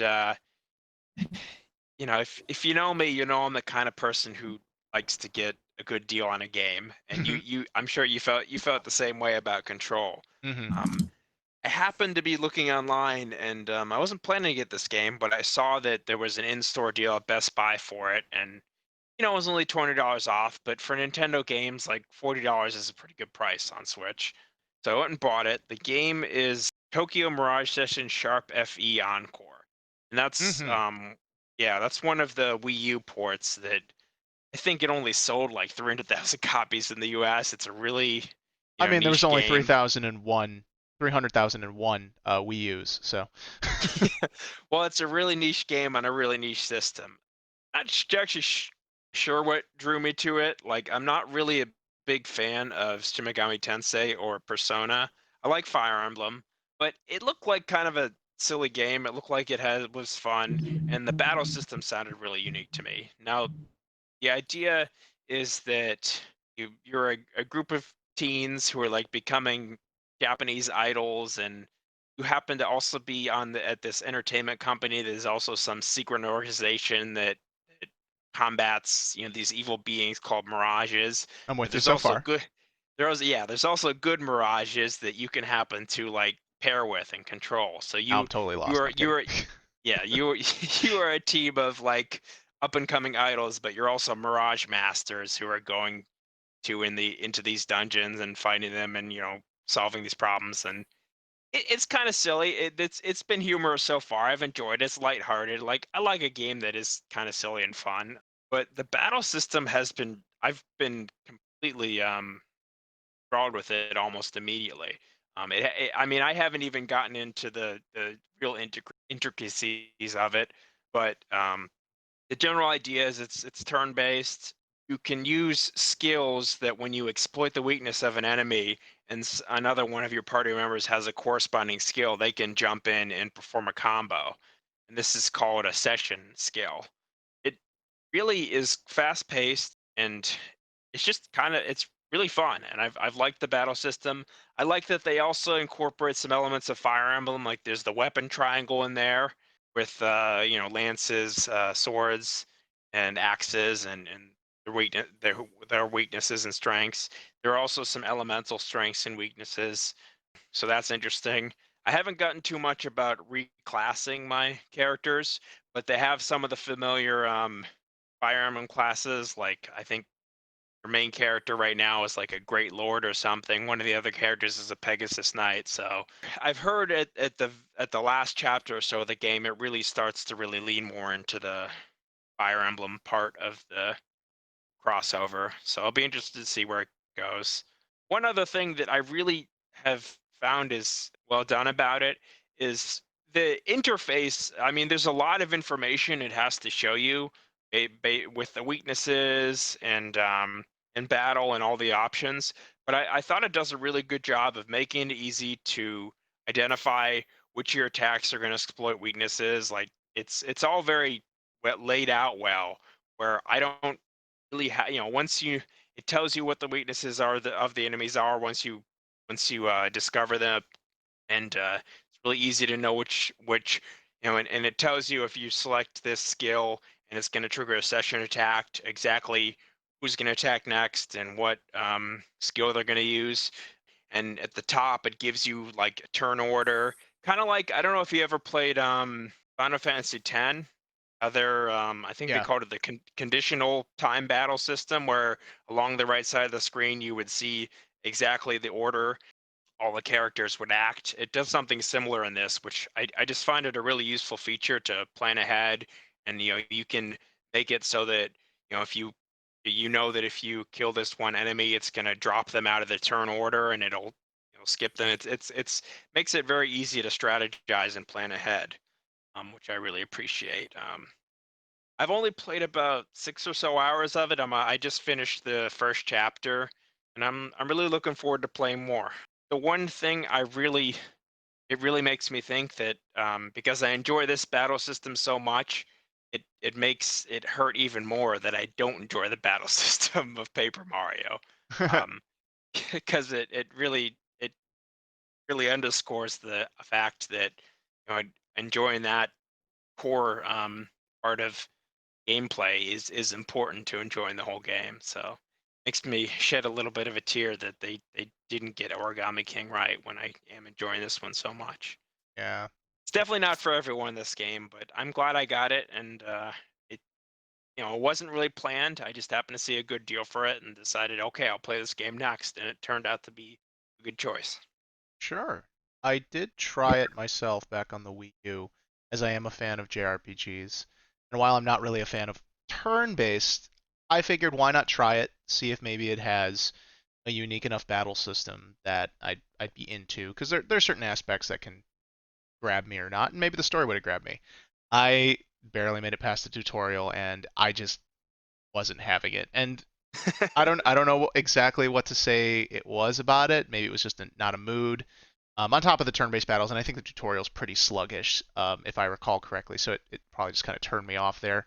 Yeah, I just didn't feel like finishing it or going back into it. But it is really cool. I thought that was really neat that they like, not that it's really reusing any specific Persona or Shin Megami Tensei characters, but it is like a Persona style game where they are bringing in Fire Emblem characters, and I thought that was really neat to see Nintendo branching out and like lending out their characters to that, and letting a niche title have a chance that was an original series, even though that name is something else. But Yeah, I'm it's glad to see it almost got as ported. bad as like what Kingdom Hearts 358 Days Over 2. Yeah, Yeah, I would say they're that's very approaching Kingdom close. Hearts level of titles. But yeah, Kingdom Hearts at least like it had an established title on it when it first came out. Like it's just Kingdom Hearts, so you know that's the series name. This like dropped is like it's a brand new IP with this, and that's not a pound sign. It's called Sharp because Yeah, because music, it's and music. so it's like okay, and then just FE, and it's like what? It's like all right. So Yeah, weird branding, but really cool that that's there. Glad you're enjoying it. Really hoping it sticks the landing for you there. Um, and maybe Yeah, I there'll hope be so. more stuff. Side note with the RPG, like they're doing a Persona Switch exclusive game that's going to be. I'm not sure if it's being. Scramble. Yeah, Persona 5 Scramble. yeah, It's a Musu game. yeah, Um, Hyrule Warriors or Fire Emblem Warriors. yeah. I just don't remember if it's being actually made by the Dynasty Warriors people or if Atlas is just making it I themselves. think And it's Koei Tecmo. okay, so yeah, I'm looking forward to trying that because it is full time, real time action, and I do intend to give Persona 5 Royale, or the Royal, I forget it, the exact I title. think it's Royal. It's not like Royale with cheese. Yeah. It's just Royal.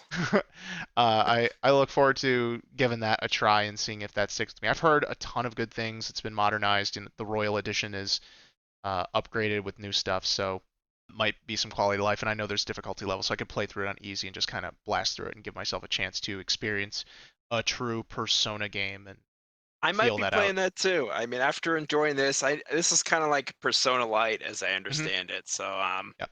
and I really did like all the relationship building that was in Fire Emblem Three Houses, and I understand that is kind of a simplified version of what was in Persona Hmm. 5. So, it might be something I'd enjoy. Yeah. And we'll definitely talk about more games we've been playing. So everyone has shared quite a bit, and it's happy to hear that a lot of stuff has been positive. So now we're going to move on and talk about some news that's come up. And a lot has happened in the last couple of weeks, and we are getting ready for next gen. So that's kind of where we're at. But before we do that, I wanted to toss back to Mike because I know it was a super big announcement for you when all the Mario 35 stuff came out. So, Mike, let me toss it over to you and just go ahead and what news that's been coming out these last couple of weeks has been on your mind. Oh yeah, so the whole big direct that they had was all focused on Mario's 35th anniversary, which is pretty exciting. They have like a whole website now. I think you can win some stuff, or they brought back some like actual Nintendo prizes that they'll send you for like completing certain tasks. Hmm. And also the whole big announcement with Mario 3D World plus Bowser's Fury. Hmm. Uh, so that in itself looks really awesome. That we'll be able to play it on Switch now, and not only being able to play it locally co-op, but being able to play online co-op with that is pretty sweet. Yeah, I just learned that that was being added. It was surprising they didn't make a big deal of that inside the announcement trailer, but well, good to know it's going to be there, especially during these pandemic times.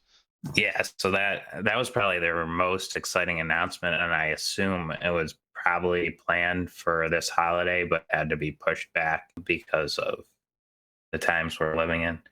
Sure, sure. I'd But be I'd be remiss if I didn't ask you, since we did a whole episode on Mario Kart. How do you feel about the Mario Kart Live Home Circuit toy set? I thought it was cool. I don't really have like space to like set it up. I mean, I guess I could like move the coffee table and like try it out, but I think for like younger audiences, I think this will be really something enjoyable because like you've got the whole AR function of being able to see the course on your screen and then actually being able to race people in real life with like the RC type cars. It's pretty sweet. So, are you looking for a reason to buy it for yourself, or looking for a reason to buy it at all, or do you think you're going to be fine just skipping it? I'll probably be fine just skipping it. I mean, if it was like in the bargain bin or something like that, and like Hmm. I had friends that were getting it as well, maybe I'd get it, but I'm not like, Mike, I bought Labo when it was in the bargain bin, and I part of me feels like this is going to be another Labo where Nintendo thinks it's going to be a big thing and it just flops. So I am going to keep an eye out for those deals, and if we can find it for half off, we got to get it. And It does support up to 4 player local and multiplayer, but right now there's only going to be a Mario and Luigi set. So maybe that means they'll do like a Bowser and Peach set later or something like that. But right I'm now, holding that for Waluigi. maybe. So then, just before we get off that point there, I do have to ask you, Mike, one last question, which is, if you were going to buy it, would you buy the Mario set or the Luigi set if you could only pick one? Oh, it's Mario's 35th anniversary. Gotta go with Mario. It's had to ask. So yeah, Nothing against Luigi. no problem. No offense intended. Yeah. So go on. Talk about any other news, Nintendo or otherwise. Yeah, so they also, well, obviously 3D World, which we already got. That was probably their biggest surprise, or not really surprise because it's been rumored for months. But that was the biggest announcement. And they also had a little, what's it called? Game and Watch. Yeah, Game Oh and yeah, Watch with the original Mario 1 and Lost Levels, I believe, plus some other Game and Watch game on a, there. a special version of Ball, from the Okay. original Game and Watch series with a Mario makeover. And then it functions as a clock with 35 little touches to discover. So I guess they'll have like little fun things that happen on the screen. Yeah, that looks like a cool collectible. And they announced a whole bunch of collectibles too. With, I think, Ed, you got the NES Mario Lego, right? Oh yeah. I have no. I have yeah. I have the Lego Nintendo Entertainment System. That is the next set I'm going to build. I have a number that I'm going to build. I can report on that next podcast. Yeah, Yeah, that's sweet. I can quickly read off the list of these extra toys that or memorabilia, I should say, for Mario. Mario sneakers. The Puma branded basketball shoes. Super Mario 64 is their branding for that. Monopoly Super Mario Celebration from Hasbro. Jenga Super Mario.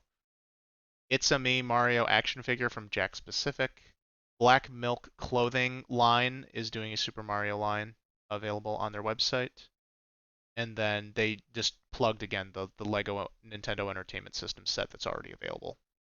And they also released Super Mario All Stars for SNES, the original one, as Yeah, well. that's really I cool. get to play that. Yeah. So that's Did all you the. did you have that on Super Nintendo? That was the Super Nintendo bundle that I got as a kid for Christmas one year when I got my Super Nintendo. I do have it currently, but that's for the Superboy. I never Okay. actually had an SNES. I was maybe too Yeah. young at the time. I You don't think you'll go know. back? Do you think you're gonna buy one as like a collector just to have like a real Super Nintendo?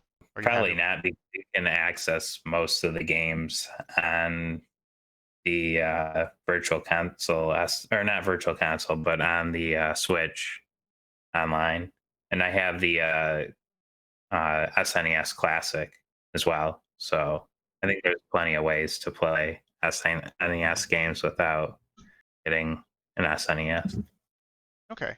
And so we pretty much talked about everything they announced except for Super Mario Bros. 35. So let's just quickly get that out of the way and be like, hey, are we gonna try and play that? Are we gonna hop on Discord and see how far we can go, play for like an hour, or is everyone here doing a hard pass? I guess I give it a shot, but I don't see it as something I play for more than 20 or 30 minutes. Well, considering you won't be able to play it for probably 20 or after 20 or 30 days, it's not gonna be that big a deal because that's also a limited availability game for no good reason.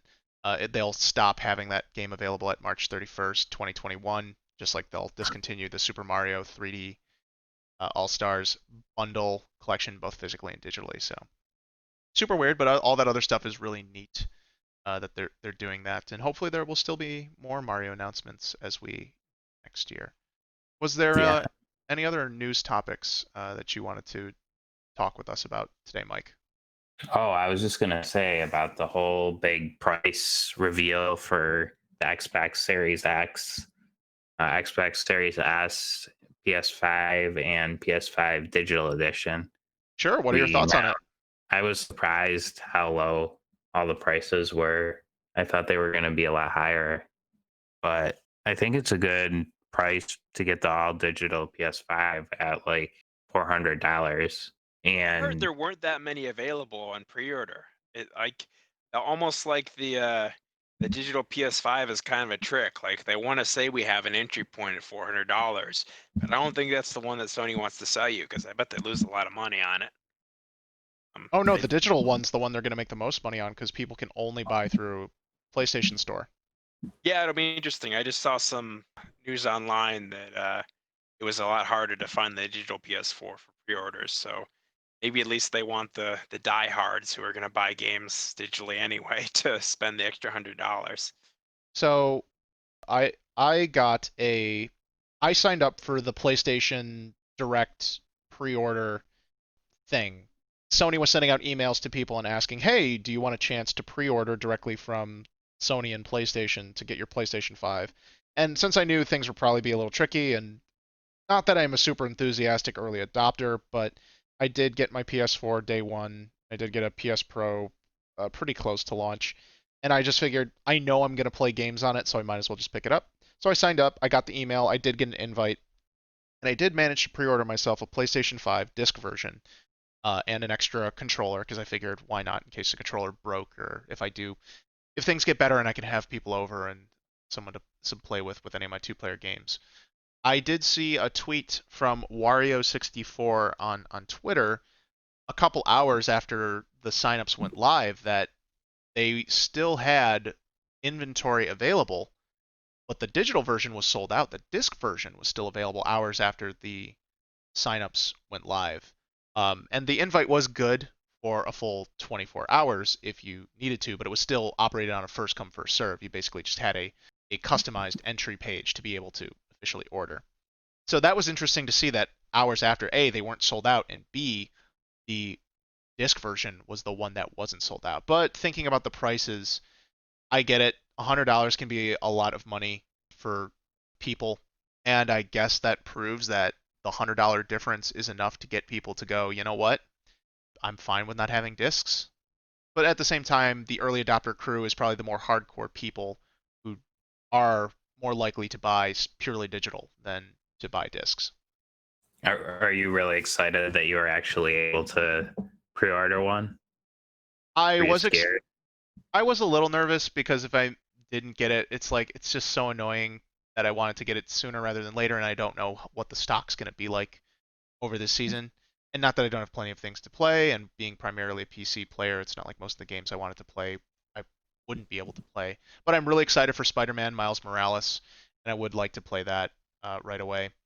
So I was a little bit nervous, but I would have gotten over it.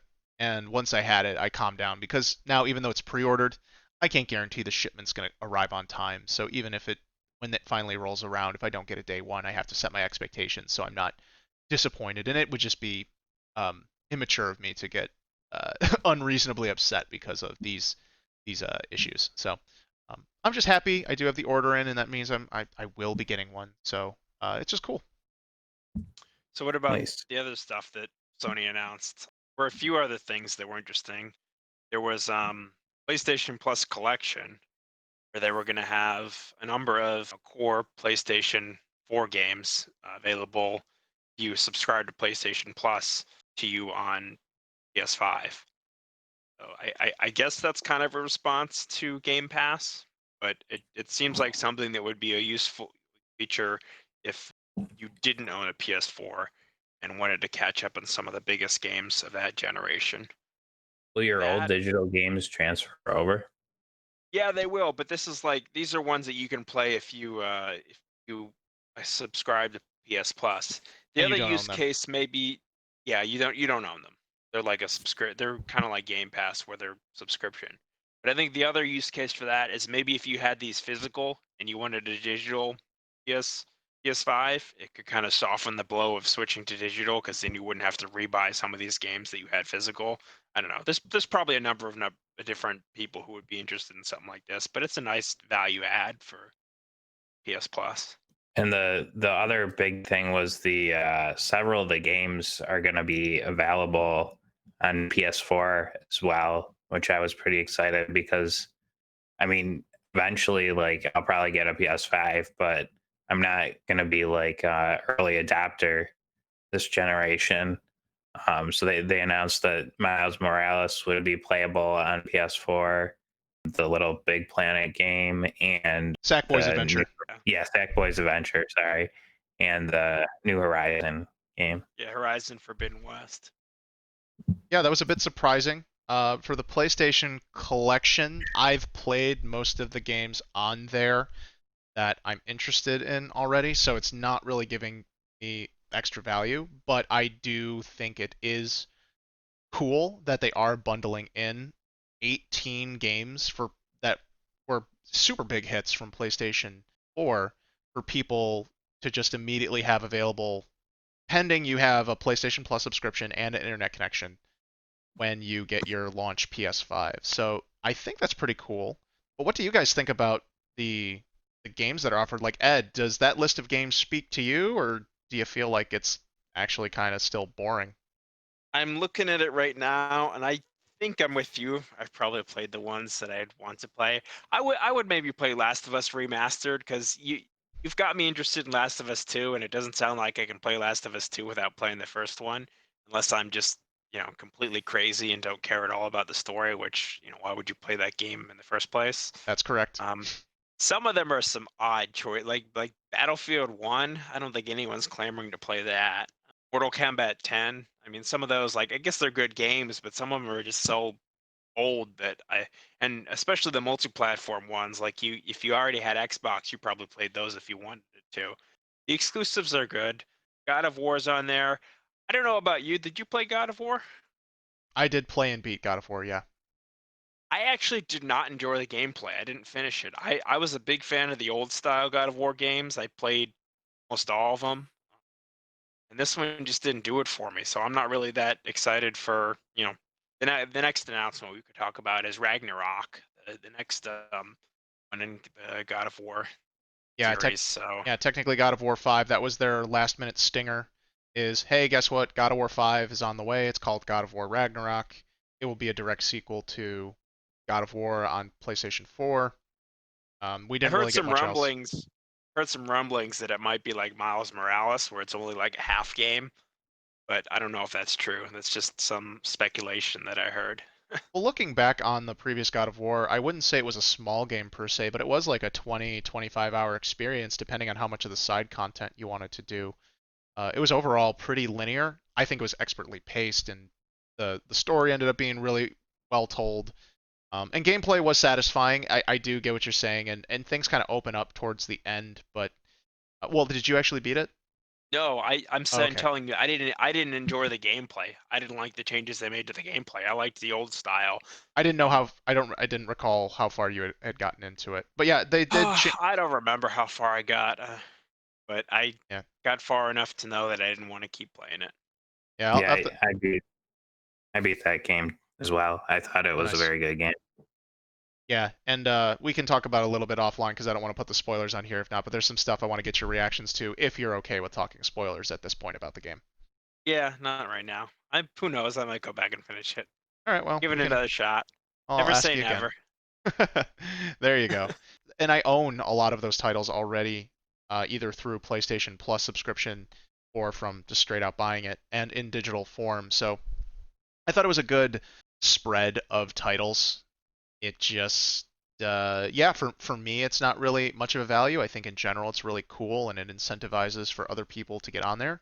There's still a lot of details we don't know, like whether or not how long those games are going to be there. Will the PlayStation Plus collection be something that's perpetual? Obviously, there's nothing stopping the first party titles from being on there for a long time or forever, but will the other third party titles sit on there, or will those eventually be cycled off, and will they cycle in new ones? Is PlayStation Plus collection replacing games with PlayStation Plus, or I forget the exact service of that is? How will that interact with PlayStation Now, and when's that coming to PS5 if it won't be there day one? And also, will these games be enhanced for PlayStation 5? A lot of people want Bloodborne to get an update, if not like a full remake for next gen and a PC port. I'm really curious if any of those games are going to get benefits from that. And I've been asking online, just commenting on the official social media feeds just to see if I get any comments or if any news pops up. But so far, I've seen nothing, and no one's reported on it. I don't know of anyone that's been asking those questions. So there's some stuff there that I'm wondering if there's extra value they just haven't marketed, and that's really kind of weird that they haven't. But of course, we've also found out they're not doing full PlayStation backwards compatibility with the system. It'll only be backwards compatible with PlayStation 4 and any other titles they deem to sell on PlayStation 5.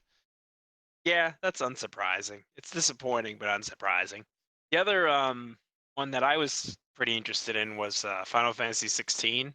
This one Mm-hmm. looks really different from anything they've done before. I guess it's more action combat, probably more so even than Final Fantasy 15, which was pretty action oriented. I Yeah. haven't played Final Fantasy 7 Remake yet. I know that had some real time stuff, but I guess it Oh also yeah, had very real some, time. yeah, some strategy and switching between characters. But this one almost looks like a Devil May Cry or like Nier Automata. It looks like it really is action oriented, which could be cool. So it's funny you say that because I'm also very excited to try Final Fantasy 16. I did learn some extra information, which is the art style. Some people may have picked up is very much akin to the Final Fantasy Online games, Final Fantasy 11 and 14 specifically. But Final Fantasy 14, A Realm Reborn, the director, I believe he's the director from the MMO for 14, Realm Reborn. He is now the producer for 16. So there's a lot of bleed over that makes sense with like the art style in that world. We don't know if they're going to share the same world or if they're related, but the character designs are looking very similar in the aesthetic for the type of medieval they're going for. And in terms of the combat, because yeah, I got the exact same impressions you did, and it's funny you actually mentioned Devil May Cry specifically because I just recently learned that the combat director for the game is a former Capcom employee who worked on Devil May Cry. I think specifically Devil May Cry 5, but perhaps just Devil May Cry series in general. And yeah, I think Square Enix has learned a lot of lessons from working with Platinum Games as well for Nier Automata, and I think all of that we're seeing now brought into this new Final Fantasy game to create a really fun action-oriented game. Whether or not they're going to actually fully forsake a party, because in all those fights in there, except for maybe one or two screens, but it's a really well-edited trailer. I only saw one-on-one fighting, and I didn't really see any like background characters fighting except for like if they got immediately knocked out of the way or slaughtered. So it'll be curious to see how they're handling combat instances in that game once we get a better look at it, or if it's going to be much more of a like linear action game, I guess. It could be cool. I mean, I've told you, but I beat Nier Automata earlier this year, and that definitely ranks as one of my all-time favorite games. Speaking of, I don't know if anyone knows, but September 24th, 5 days, Square Enix is doing another big Nier announcement. So hopefully we'll hear more about the remake of the first game. So Oh yeah, that's right. that's not really related to this stuff, but that's something that has been something I've been looking forward to. So Yeah, I'm there's I'm the excited to hear more. yeah, there's the mobile game on the way. There's more information on the remake, and I think they've also said like they're working on more Nier, which makes sense considering how well Automata did. Yeah, Um, it's growing in popularity. and I just have to ask for my own clarification. When you say you beat Nier Automata, did you get how many endings did you get? Do you Yes, I got to ending E. Okay. Okay, that's what I need I to know. clarify because it does Yeah. make a huge difference with that game. And for those who don't Yeah. know, Nier Automata is designed in such a way that when you reach credits the first time, that's not the end of the game. There's essentially two and a half more campaigns that expand the story and tell more about the original events. And it is definitely very weird, but be aware that like that game does not end the first time you hit credits. There is way more. Yeah, it's good though. I mean that makes me excited for at least interested in Final Fantasy 16. If they can make action like that, it was a lot of fun. Final Fantasy 255. Yeah, I Yeah, and saw then it another. rolls over to Final Fantasy 0. They only have 8 bits. Well, technically, they already did Final Fantasy Type Zero, which is a Oh spin-off yeah. game, and that was full action. and it's a bit rough even for me who did stick through it and beat it. Although they did make some quality of life to make it better, it's still a weird one. But yeah, they did have Type Zero and they did tease a sequel for that, which may not ever come to fruition, which happens with Square Enix. But there was a funny tweet I saw online, and I'm sorry I forget who it is, but it is not my joke. And they said it's only 14 more games till we reach Final Fantasy 30, which, when spelled out in Roman numerals, is Final Fantasy XXX. So I figured you guys would get a kick out of that, and good on that person for pointing that out as we continue to go down the ever-growing Roman numerals of Final Fantasy games. I can't even Speaking imagine of being Final Fantasy numbers, 30. speaking of numbers, has anyone downloaded the new iOS 14? Not yet. I think I did a phone update recently, but I don't think I have 14. Did that just go live recently? Yeah, I'm downloading it right now. So we'll see what my phone looks like in 4 minutes. Oh yeah, okay. I just checked. I do. It is queued up, but I usually wait till my phone gives me the notification before I download it. I don't have one. I guess Apple doesn't like me. Yeah, they do like a queue system because they essentially DDoS themselves when they start putting out those updates because of how many iPhone users there are. So Yeah, I mean, I didn't even. Speaking of, not being liked by, I didn't even get an email from Sony asking if I wanted to pre-order the PS5. They know I'm not a big enough fan to do it. So or you might have had your email settings checked to prevent that, possibly. that's probably it. I pretty Yeah. much unsubscribed from every single email advertising I can because I don't like getting them in my inbox. So I guess I screwed myself. Didn't you have to sign up to get the special email? But there was an email It that was you get yeah. to sign up for the email. Oh, sign up for the yeah. It's like when they show they say, "Oh, we're gonna have an announcement for the next Super Smash character on so and so date." Yeah, Yeah, the announcement for the announcement.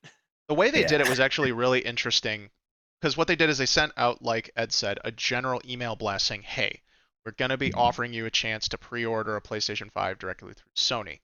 If you're interested in getting this opportunity, click this link, follow through, and enter your PlayStation ID." So essentially, in order to sign up, you had to prove you already had a PlayStation account.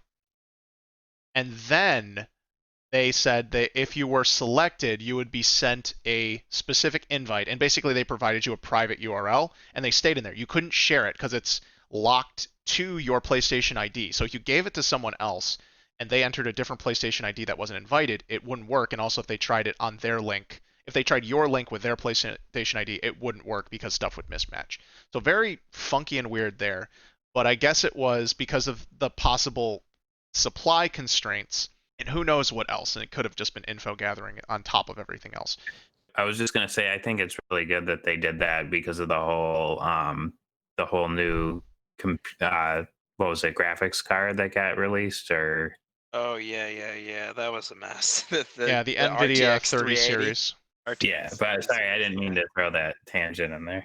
No problem. We'll get to that right after this, which is my thought on that was that they were basically screening people's PlayStation IDs to see which one of these accounts belong to like influencers and streamers, because they'll probably either send them, they want them to have top priority and make sure they get PlayStation 5s to be streaming on day one because that's just advertising, and then looking for people who probably buy a bunch of PlayStation exclusives or buy a bunch of PlayStation games and digitally, so that way they know who they're making the most money from because they want to make those people happy and get purchases. And I wasn't sure when I thought in the grand scheme of things. I'm like, they probably have a ton of Twitch streamer people applying for these and other people who buy way more games. Because like I said, I primarily play on PC, but I keep my PlayStation for the exclusives and the occasional game where I either can't or I rent it or I get a better deal or I play with friends on PlayStation. But I guess I fell into the category because a large number of my games are digital. Pretty much my entire catalog is digital at this point because I've even rebought games I have on disc just to have digitally because I just don't want to have to deal with the disc anymore. So I'm guessing that put me in a good position. And hey, now I've got a PlayStation 5 pre-ordered from Sony. You don't think they Nice. know about the option menu crew and they're like, we gotta get some, we gotta get a PS5 to this guy. I mean, someday they're gonna know, but they're not gonna be happy once we start taking the chains off. little little preview there. We have bigger aspirations for our podcast, but for now we're just having fun with it. So I think we had two more things to talk about, right? The Right. RTX 30 series and the Oculus Quest 2. Yeah, to be specifically the NVIDIA RTX 30 series graphics cards, the 3070, the 3080, and the 3090. So what I'm aware of a bunch of different things for those. What specifically did you guys want to talk about regarding that news? I just saw I think it that. was just the pre-orders that it kind of is in contrast to what PlayStation did, where it was just a free for all. But it sounds like even giving a scheduled time where people could buy it, that might not even work better because then all the bots know exactly when to strike, and then Yeah, all all those of them go up to scalpers. be scalped. Yeah, it doesn't. I mean, people can get mad at Sony for what they did, but at least plenty of normal people were able to get them. It doesn't sound like any normal person was able to get an RTX card or a 30 card. Yeah, from the news I read, NVIDIA's like official website and I guess a couple others. I only heard about Newegg as well, so I can't name any of their specific outlets. But NVIDIA's website and Newegg, like they had their stuff go. Or, no, this was specifically NVIDIA's website. The page went up and it immediately said sold out on minute one of the pages and the links being live. That's ridiculous. So like nobody ended up ordering one, and people were trying to figure out if any human got one. And then for Newegg, I saw a comment that they were sold out in five. The official statement from Newegg was they were sold out in 5 minutes, and their system was saying that all the orders were from humans, and that doesn't seem realistic considering how long it takes for people to enter information into a web page. So even if you used all your autofills.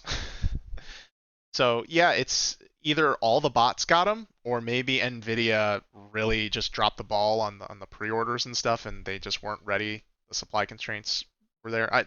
I'm not sure. I'm sure it'll develop and it'll only get more humorous as things go on. There was an interesting article that Mark sent the other day about like somebody wrote not him specifically, but Yeah. somebody wrote a bot like inflator program to scalp to counteract the sorry, I'm To not. bid up, it It's was okay. it was like a script to bid up eBay listings for these scalp cards where people they would like make fake eBay accounts and bid these cards up to like $20,000 and just not pay. So all these people scalping would be frustrated because they were getting outbid by accounts that did not plan to pay. So it's just all a bots to fight the bots that were scalping cards. Yeah. Yeah. At first, I wasn't sure where I landed on that, but currently, my opinion is that creating a bot to mess with scalpers and to prevent scalpers from being able to sell their inventory if they have them legitimately, because even that's in question if they actually have it pre-orders. Yeah, it's against terms of service to sell something with a pre-order more than 30 days out. So all these people, selling PS5s pre-orders are, they're against the eBay terms of service. Yeah, so I think that's hilarious at the very least, and hopefully it leads to somehow these orders getting confiscated or getting to actual legit purchasers. I know you guys aren't very much don't play PC too often, so being the resident PC gamer here, I could say that I wasn't planning on upgrading this year, although I do think the deal was extremely enticing. But there was a very specific deal breaker, which is after talking with some of my other PC gaming friends, and they looked into the specs and stuff of the card. I have a very small PC case that's basically console size. It's not much bigger than the PlayStation 4 Pro in terms of actual size. It's probably got like just an inch or two in both directions on it. But the 3080, which is the mid-level card, which would be the one I'd probably go for, is apparently too large to fit inside my case. So if I really wanted to upgrade, I'd have to settle for the 3070, and I'd still be, while doing better because I currently have a 1080 Ti card, I'd still be compromising a little bit on what I could upgrade. So I've ultimately decided to go with my original decision, which was wait and see what happens next year, and I'll either pick up a 30 card on a discount or buy in brand new at the 40 series if that's what they end up numbering it, and just do a huge upgrade there as long as there's no huge issues with it at the time. Yeah, and your thoughts on the Quest 2. I know you're a big VR fan, more than I am, at least. So I wouldn't say I'm a big VR fan. That's the thing is I've actually been very skeptical about VR, even back when the new advanced headsets or the current level of headsets were coming out. But I did have kind of like a breakthrough moment when a buddy of mine bought the original Oculus Quest, and he's like, "Hey, come on over and give it a try. This is really crazy." And I'm like, "Yeah, go and hang out with my friends. Let's give it a try." Back in the back in the days when seeing people wasn't as scary as it as it is today. And I tried it out, and the thing that really surprised me was we went out into his front yard. He said, "Here, here's the controllers. Put on the headset. Do the setup." And I did the setup, and out in the middle of the day in his front yard, I just drew the lines because that's the thing is the Oculus Quest is fully wireless if you want it to be. And it's basically a console. It's just a VR console. It fits on your head. You have the two controllers. Everything's wireless. The battery lasts for about 2 to 3 hours, which is about as much as you need considering VR requires full body motion, or at least this VR unit does full body motion. And you draw your play boundary, and then it tailors all the games directly to that in order to make sure that you stay within the play space there, and then it can switch to these other cameras when you're peering out, so you can at least get a little bit of a black and white view of the outside world if you start going through the boundaries so you don't hit anything. And I was just super impressed by the idea that like just be outside, everything was accurate enough, the visuals were good enough, and I was just like playing VR outdoors with no boundary without any like walls or ceilings or things, and I was just like, holy crap, because I'm a tall guy, so like I've had a few times where my buddy's got a sizable basement, but basements can only be so high, and I have hit his controllers against the wall or the ceiling, and I'm just like and feel bad. But now like, oh my god, you could just go out in your backyard and you can just play for a few hours, or there's no limits, and then also indoors you can even just draw your lines and it'll like save it, or I think you can reset them every time if you really need to. And that was just kind of the break that goes like, wow, this is what VR needs to be. So I had originally planned on buying the Oculus Quest for Christmas last year for myself because it impressed me so much. But then I kind of looked into what games were available, and after seeing how long the Oculus Quest had been out, I kind of said like, I wonder if they're gonna announce an upgrade to it soon. And there's not really too many games I'm excited for.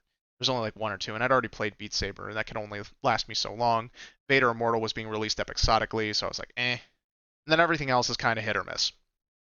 So ultimately, I cooled off on the idea and decided to just wait and see when Oculus announced the new one. So they announced Oculus Quest 2. I decided to pre-order it. The big thing being that the resolution is way better. And even though the resolution on Quest 1 was perfectly serviceable, my eyes are good enough. I don't wear glasses. I don't wear contacts, and I can see. And it still had enough of like the screen door effect that I was just like, if only this was a bit crisper, it'd be way easier to ignore. And that's from what I'm hearing, that's essentially what they did. Like the resolution's way higher now, and hopefully that means the screen door effect will be almost completely gone. And they're upping the refresh rate on it, so things will be easier, less likely to get motion sickness. So I'm investing on this one. It's still fully wireless, and they even sell a special link cable you can get so you can connect the headset to your PC as long as it's a VR ready PC, which I'm pretty sure my 1080 Ti is considered a VR ready card, quote unquote. And that way, if you want to play Steam VR games or other more powerful Oculus games, using your graphics card as a backup, you can do that. So I ordered that, so I'll be able to do VR gaming in uh in about a month, in about 4 weeks. Sweet. The things I loved about the Oculus Go is being able to, you could take it anywhere. Like you weren't restricted. Like I wasn't restricted to a computer or PlayStation. And one of the reasons I got the PSVR is because I thought it would be better for gaming and stuff like that. Maybe looking back on it, I'm kind of like, I wish I waited for that Oculus too. The PSVR is definitely the best supported VR system at this point because of the PlayStation branding and it being tethered to the hardware. But the Oculus Quest specifically is the best example of the ideal VR experience, and it's only going to get better. and hopefully Quest 2, which they managed to get the price down from the previous model. They did make some sacrifices, and I recommend people go read some reviews to see what people are saying on it, because I'm not getting too technical here, but there are some caveats that people are mentioning that may or may not impact your experience. But I would say, as someone who hasn't played too much VR, and my one friend is super big into VR, so I have tried a couple things with that, but I'm not super enthusiastic. So saying, as someone who's tentatively enthusiastic about the future of VR, if you're fresh and you want to know what the big deal with VR is, the Oculus Quest, and specifically the Quest 2, would be the one to jump in on, and maybe wait a little bit and see, because there will always be more games, and hopefully it will be successful and the marketing will pick up. But I would highly recommend that to anyone who's skeptical, and especially once I have it, like, I'm going to show it to friends and family when it's appropriate and if people are comfortable, etc. I would say, like, as someone who is skeptical on VR, like, that's the one. That's the thing that's going to show, like, why VR can be super cool, especially if you're just used to traditional gaming. Yeah, yeah, I think for sure. Like, it's just interesting how much VR has progressed since like the Google Cardboard. Like, Yeah. that was the first one that I tried. Like, The specifically, Labo someone. VR isn't the pinnacle of VR. Yeah, I forgot about that. That's Oh that's man, definitely the future of VR. It's the cardboard is only the VR future of headset VR. I have. It's definitely the cheapest way to get into VR. Like, if you don't have a lot of money and you have a smartphone, and you can just get like a Google Cardboard, or they even have like other headsets now that are more comfortable and stuff. If you just want to like learn more about it, I guess. But the bad thing about the PSVR is, which I didn't realize when I picked it up, is I knew that it was tethered by a wire, but I didn't realize there was a whole nother system that you had to hook to your PS4. So Oh, now I've got like, yeah, it's got like 4 extra wires built into that. So it's yeah. like, you like, without even adding a new system to your entertainment center, you're adding a new system, which is just a lot of wires. Yeah, that's a thing that hopefully with a revision, which I think I'm pretty confident that PlayStation will be doing a PSVR 2. They're just giving it some time for the PlayStation 5 to get out there, especially with the supply constraints that everything went through because of the coronavirus. I think they'll do the focus on the launch of PlayStation 5, and then either next E3 or in about a year or so, they'll announce plans to do PSVR 2, and hopefully they get it so it can be relatively wireless, as well as announce new controllers that are like not the Move, or like Move 2.0 or whatever, and are way better. And they'll maybe get those wires down to like one big wire, or even just wireless HDMI or something like that, or maybe even just a smaller box to do that. They still need the box. So, do you think, though, with the current experience you've had, would you be willing to upgrade to PSVR 2, or do you think you're kind of over VR?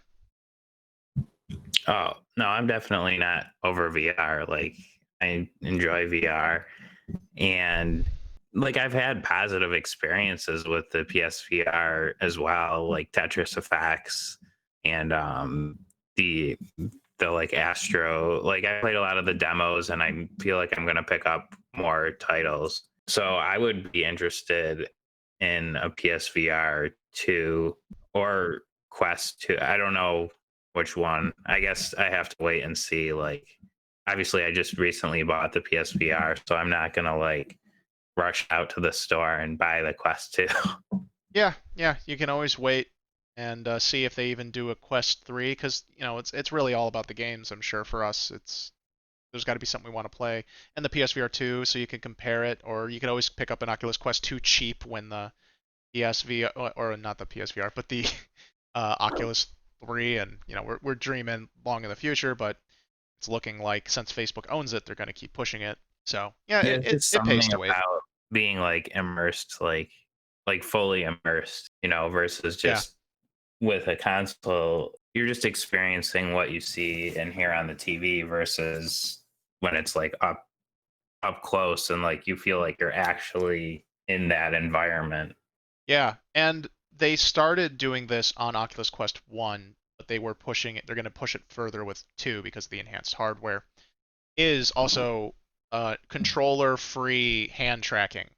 So just using the infrared cameras on the actual base unit would be able to detect your hands and positions they're in. So you'd be able to play some games, not all, but ideally a large number of them, without having to use the controller. So you'd have much more naturalistic movement, and that could be really cool for a lot of people. As someone who's played a bunch of traditional games, VR itself doesn't super excite me, as I've been trying to say, but it is interesting. It is a different way of playing, and I do want to support games in general.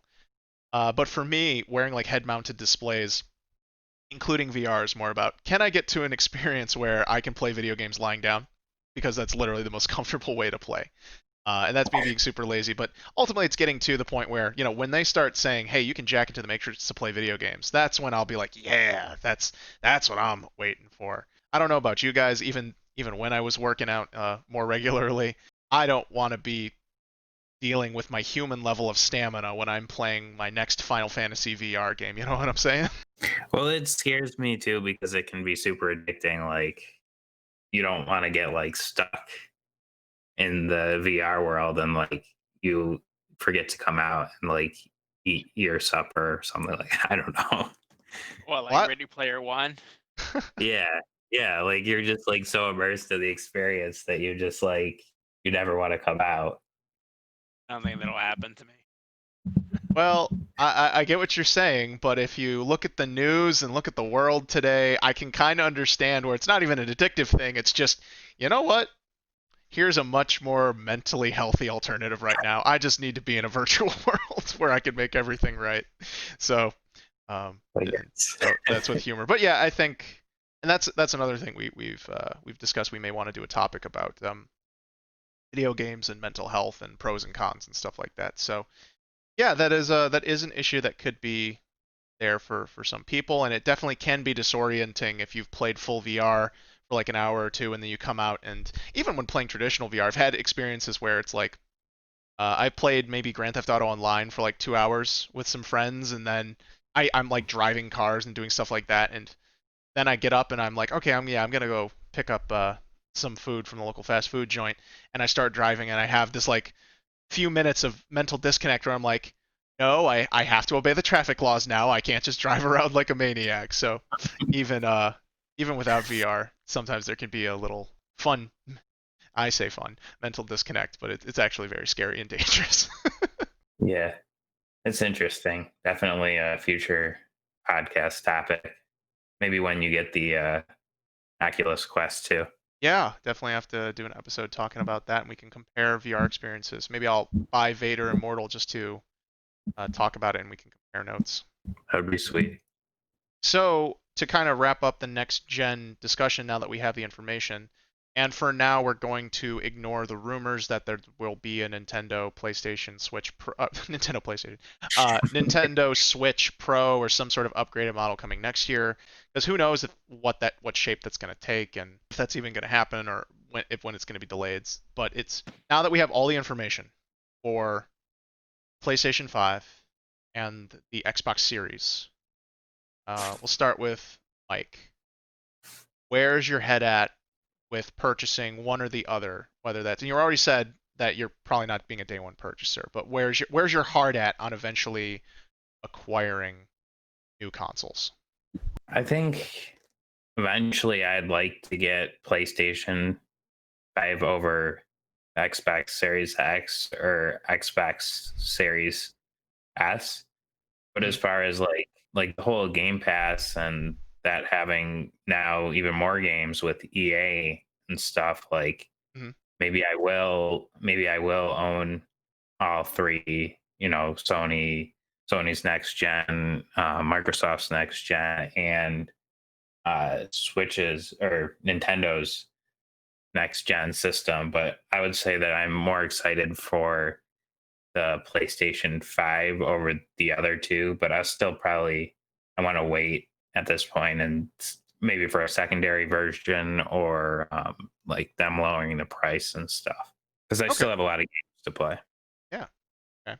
Would you hold off on any of those games to play them on the better systems, knowing how much backwards compatibility there are. Obviously, PS4 games for PS5, and then just about any Xbox game for Xbox Series.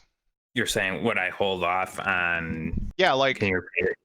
yeah. So like we were saying before, Miles Morales, Horizon Forbidden West, and Sackboy's Adventure are all going to also come out on PS4. Do you feel like because you kind of know you're going to get a PS5 at some point, you might actually say nah to those games, or even some of the games you already own that you just haven't played yet on PlayStation 4, and you might go, you know what, this might be enhanced, it might be a bit better, or I know my friends are going to be on it.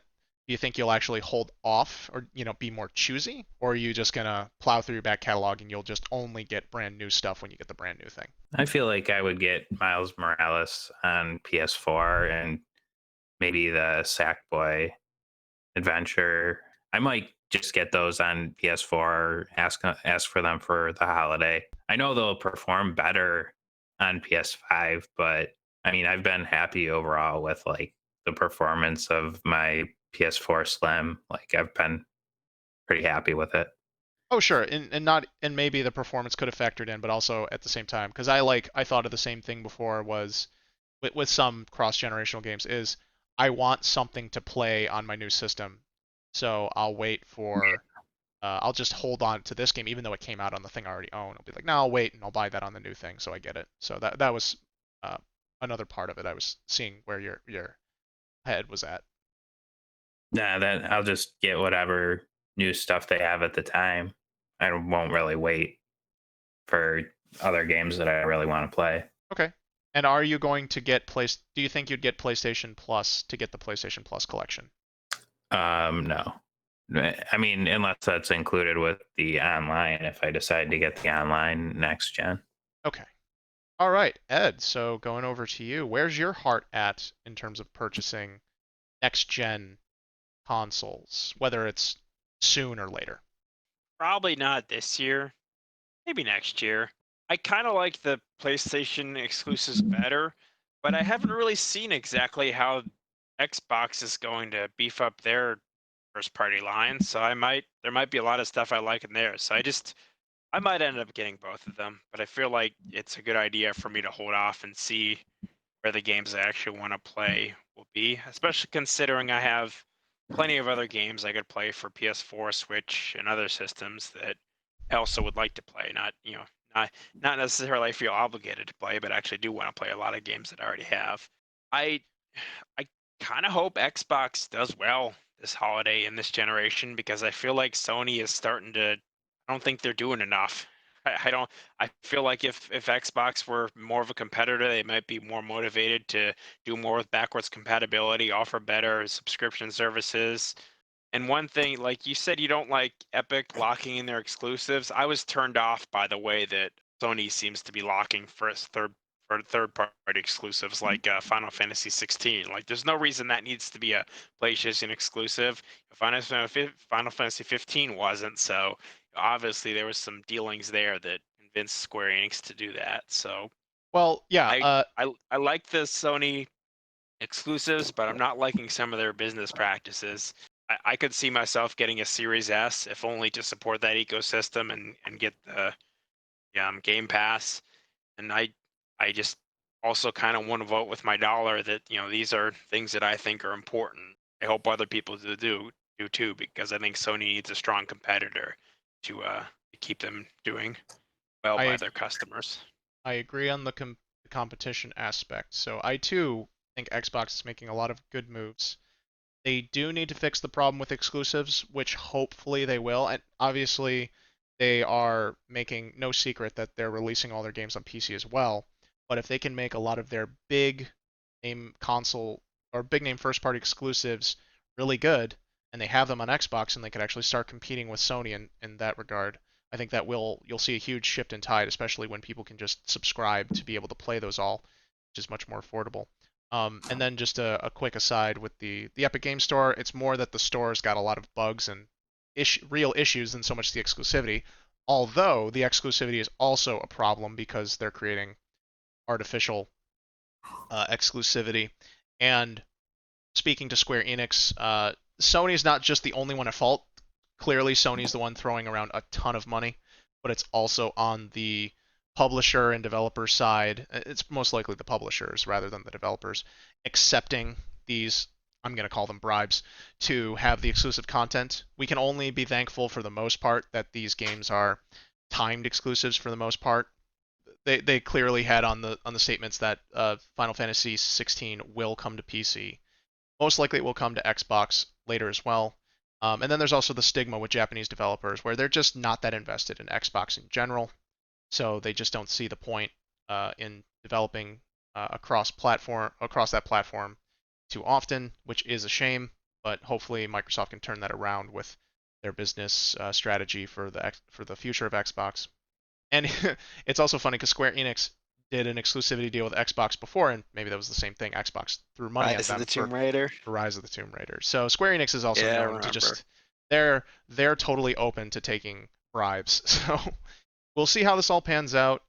After waiting for Control, it does suck to wait, but ultimately, especially with all the practices for DLC, it's becoming more and more evident that we're getting less complete games, and developers or publishers tend to re-release their games with all the DLC at an affordable price later down the line anyways. So it's other consumers need to also be a little more forward thinking on that. But Game Pass is a great alternative that may also completely shift the tide of that, especially And with us.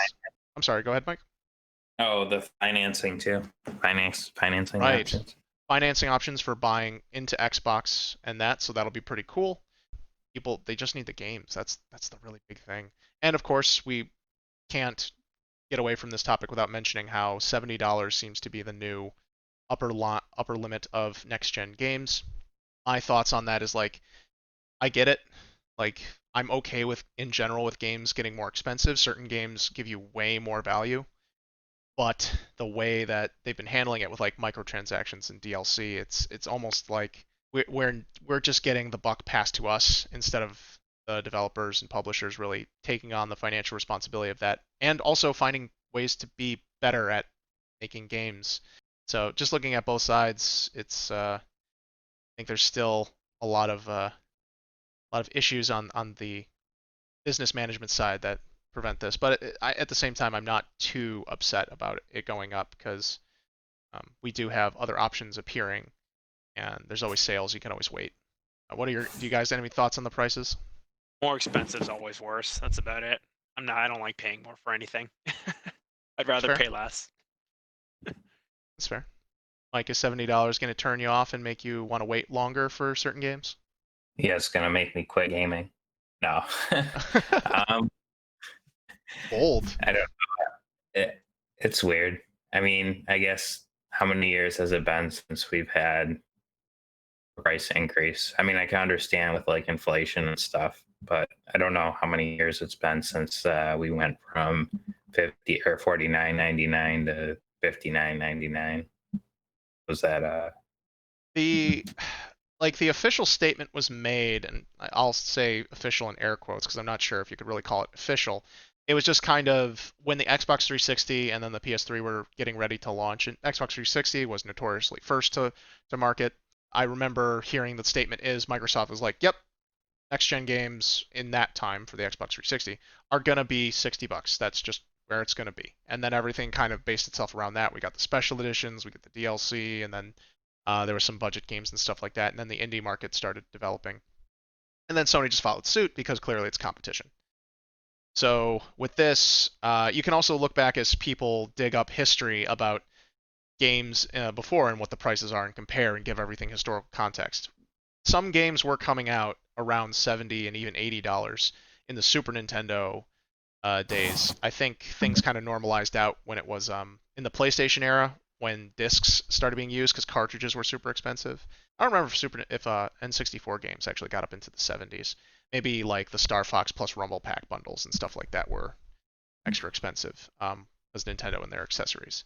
But I think PlayStation games were largely around 50, which was probably oddly enough due to the fact that they were on the disc, which was way cheaper to produce. So yeah, we've been paying all sorts of weird prices for games lately, and I think games have expanded. So it'll just be curious to see if anyone else takes big risks on those prices or what special editions are going to look like, especially when we start seeing special editions and limited digital editions going like 80, 90, 100. Not that we already haven't seen like 100 and 120 for those super deluxe physical tchotchke editions. Yeah. Yep, it's go on. Oh no, I was just gonna say we should get ready to wrap up here. Oh yeah, no, that's exactly what I was going to do. So prices, what are you going to do about them? Well, I hope everyone makes smart financial decisions on that. But before we end up going, you guys have any other news or any other things you wanted to throw out there before we say goodbye? No, I'm good. Nothing from me. All right then. As always, it's been super fun talking with you guys today, and I think we covered a lot of stuff. There's even more exciting things to come. And to our audience, thank you for listening, and we hope you are also doing well, and we'll be able to get your next-gen console of choice whenever it is you decide you want to purchase it. And let's hope all the games are fun, regardless what platform they're on, PC, console, and otherwise. So from the virtual couch, this is Ryan. This is Thank Ed, you for listening. signing off. And yeah, Option Menu Crew. Oh man, Option Menu Crew podcast signing off. See you next time.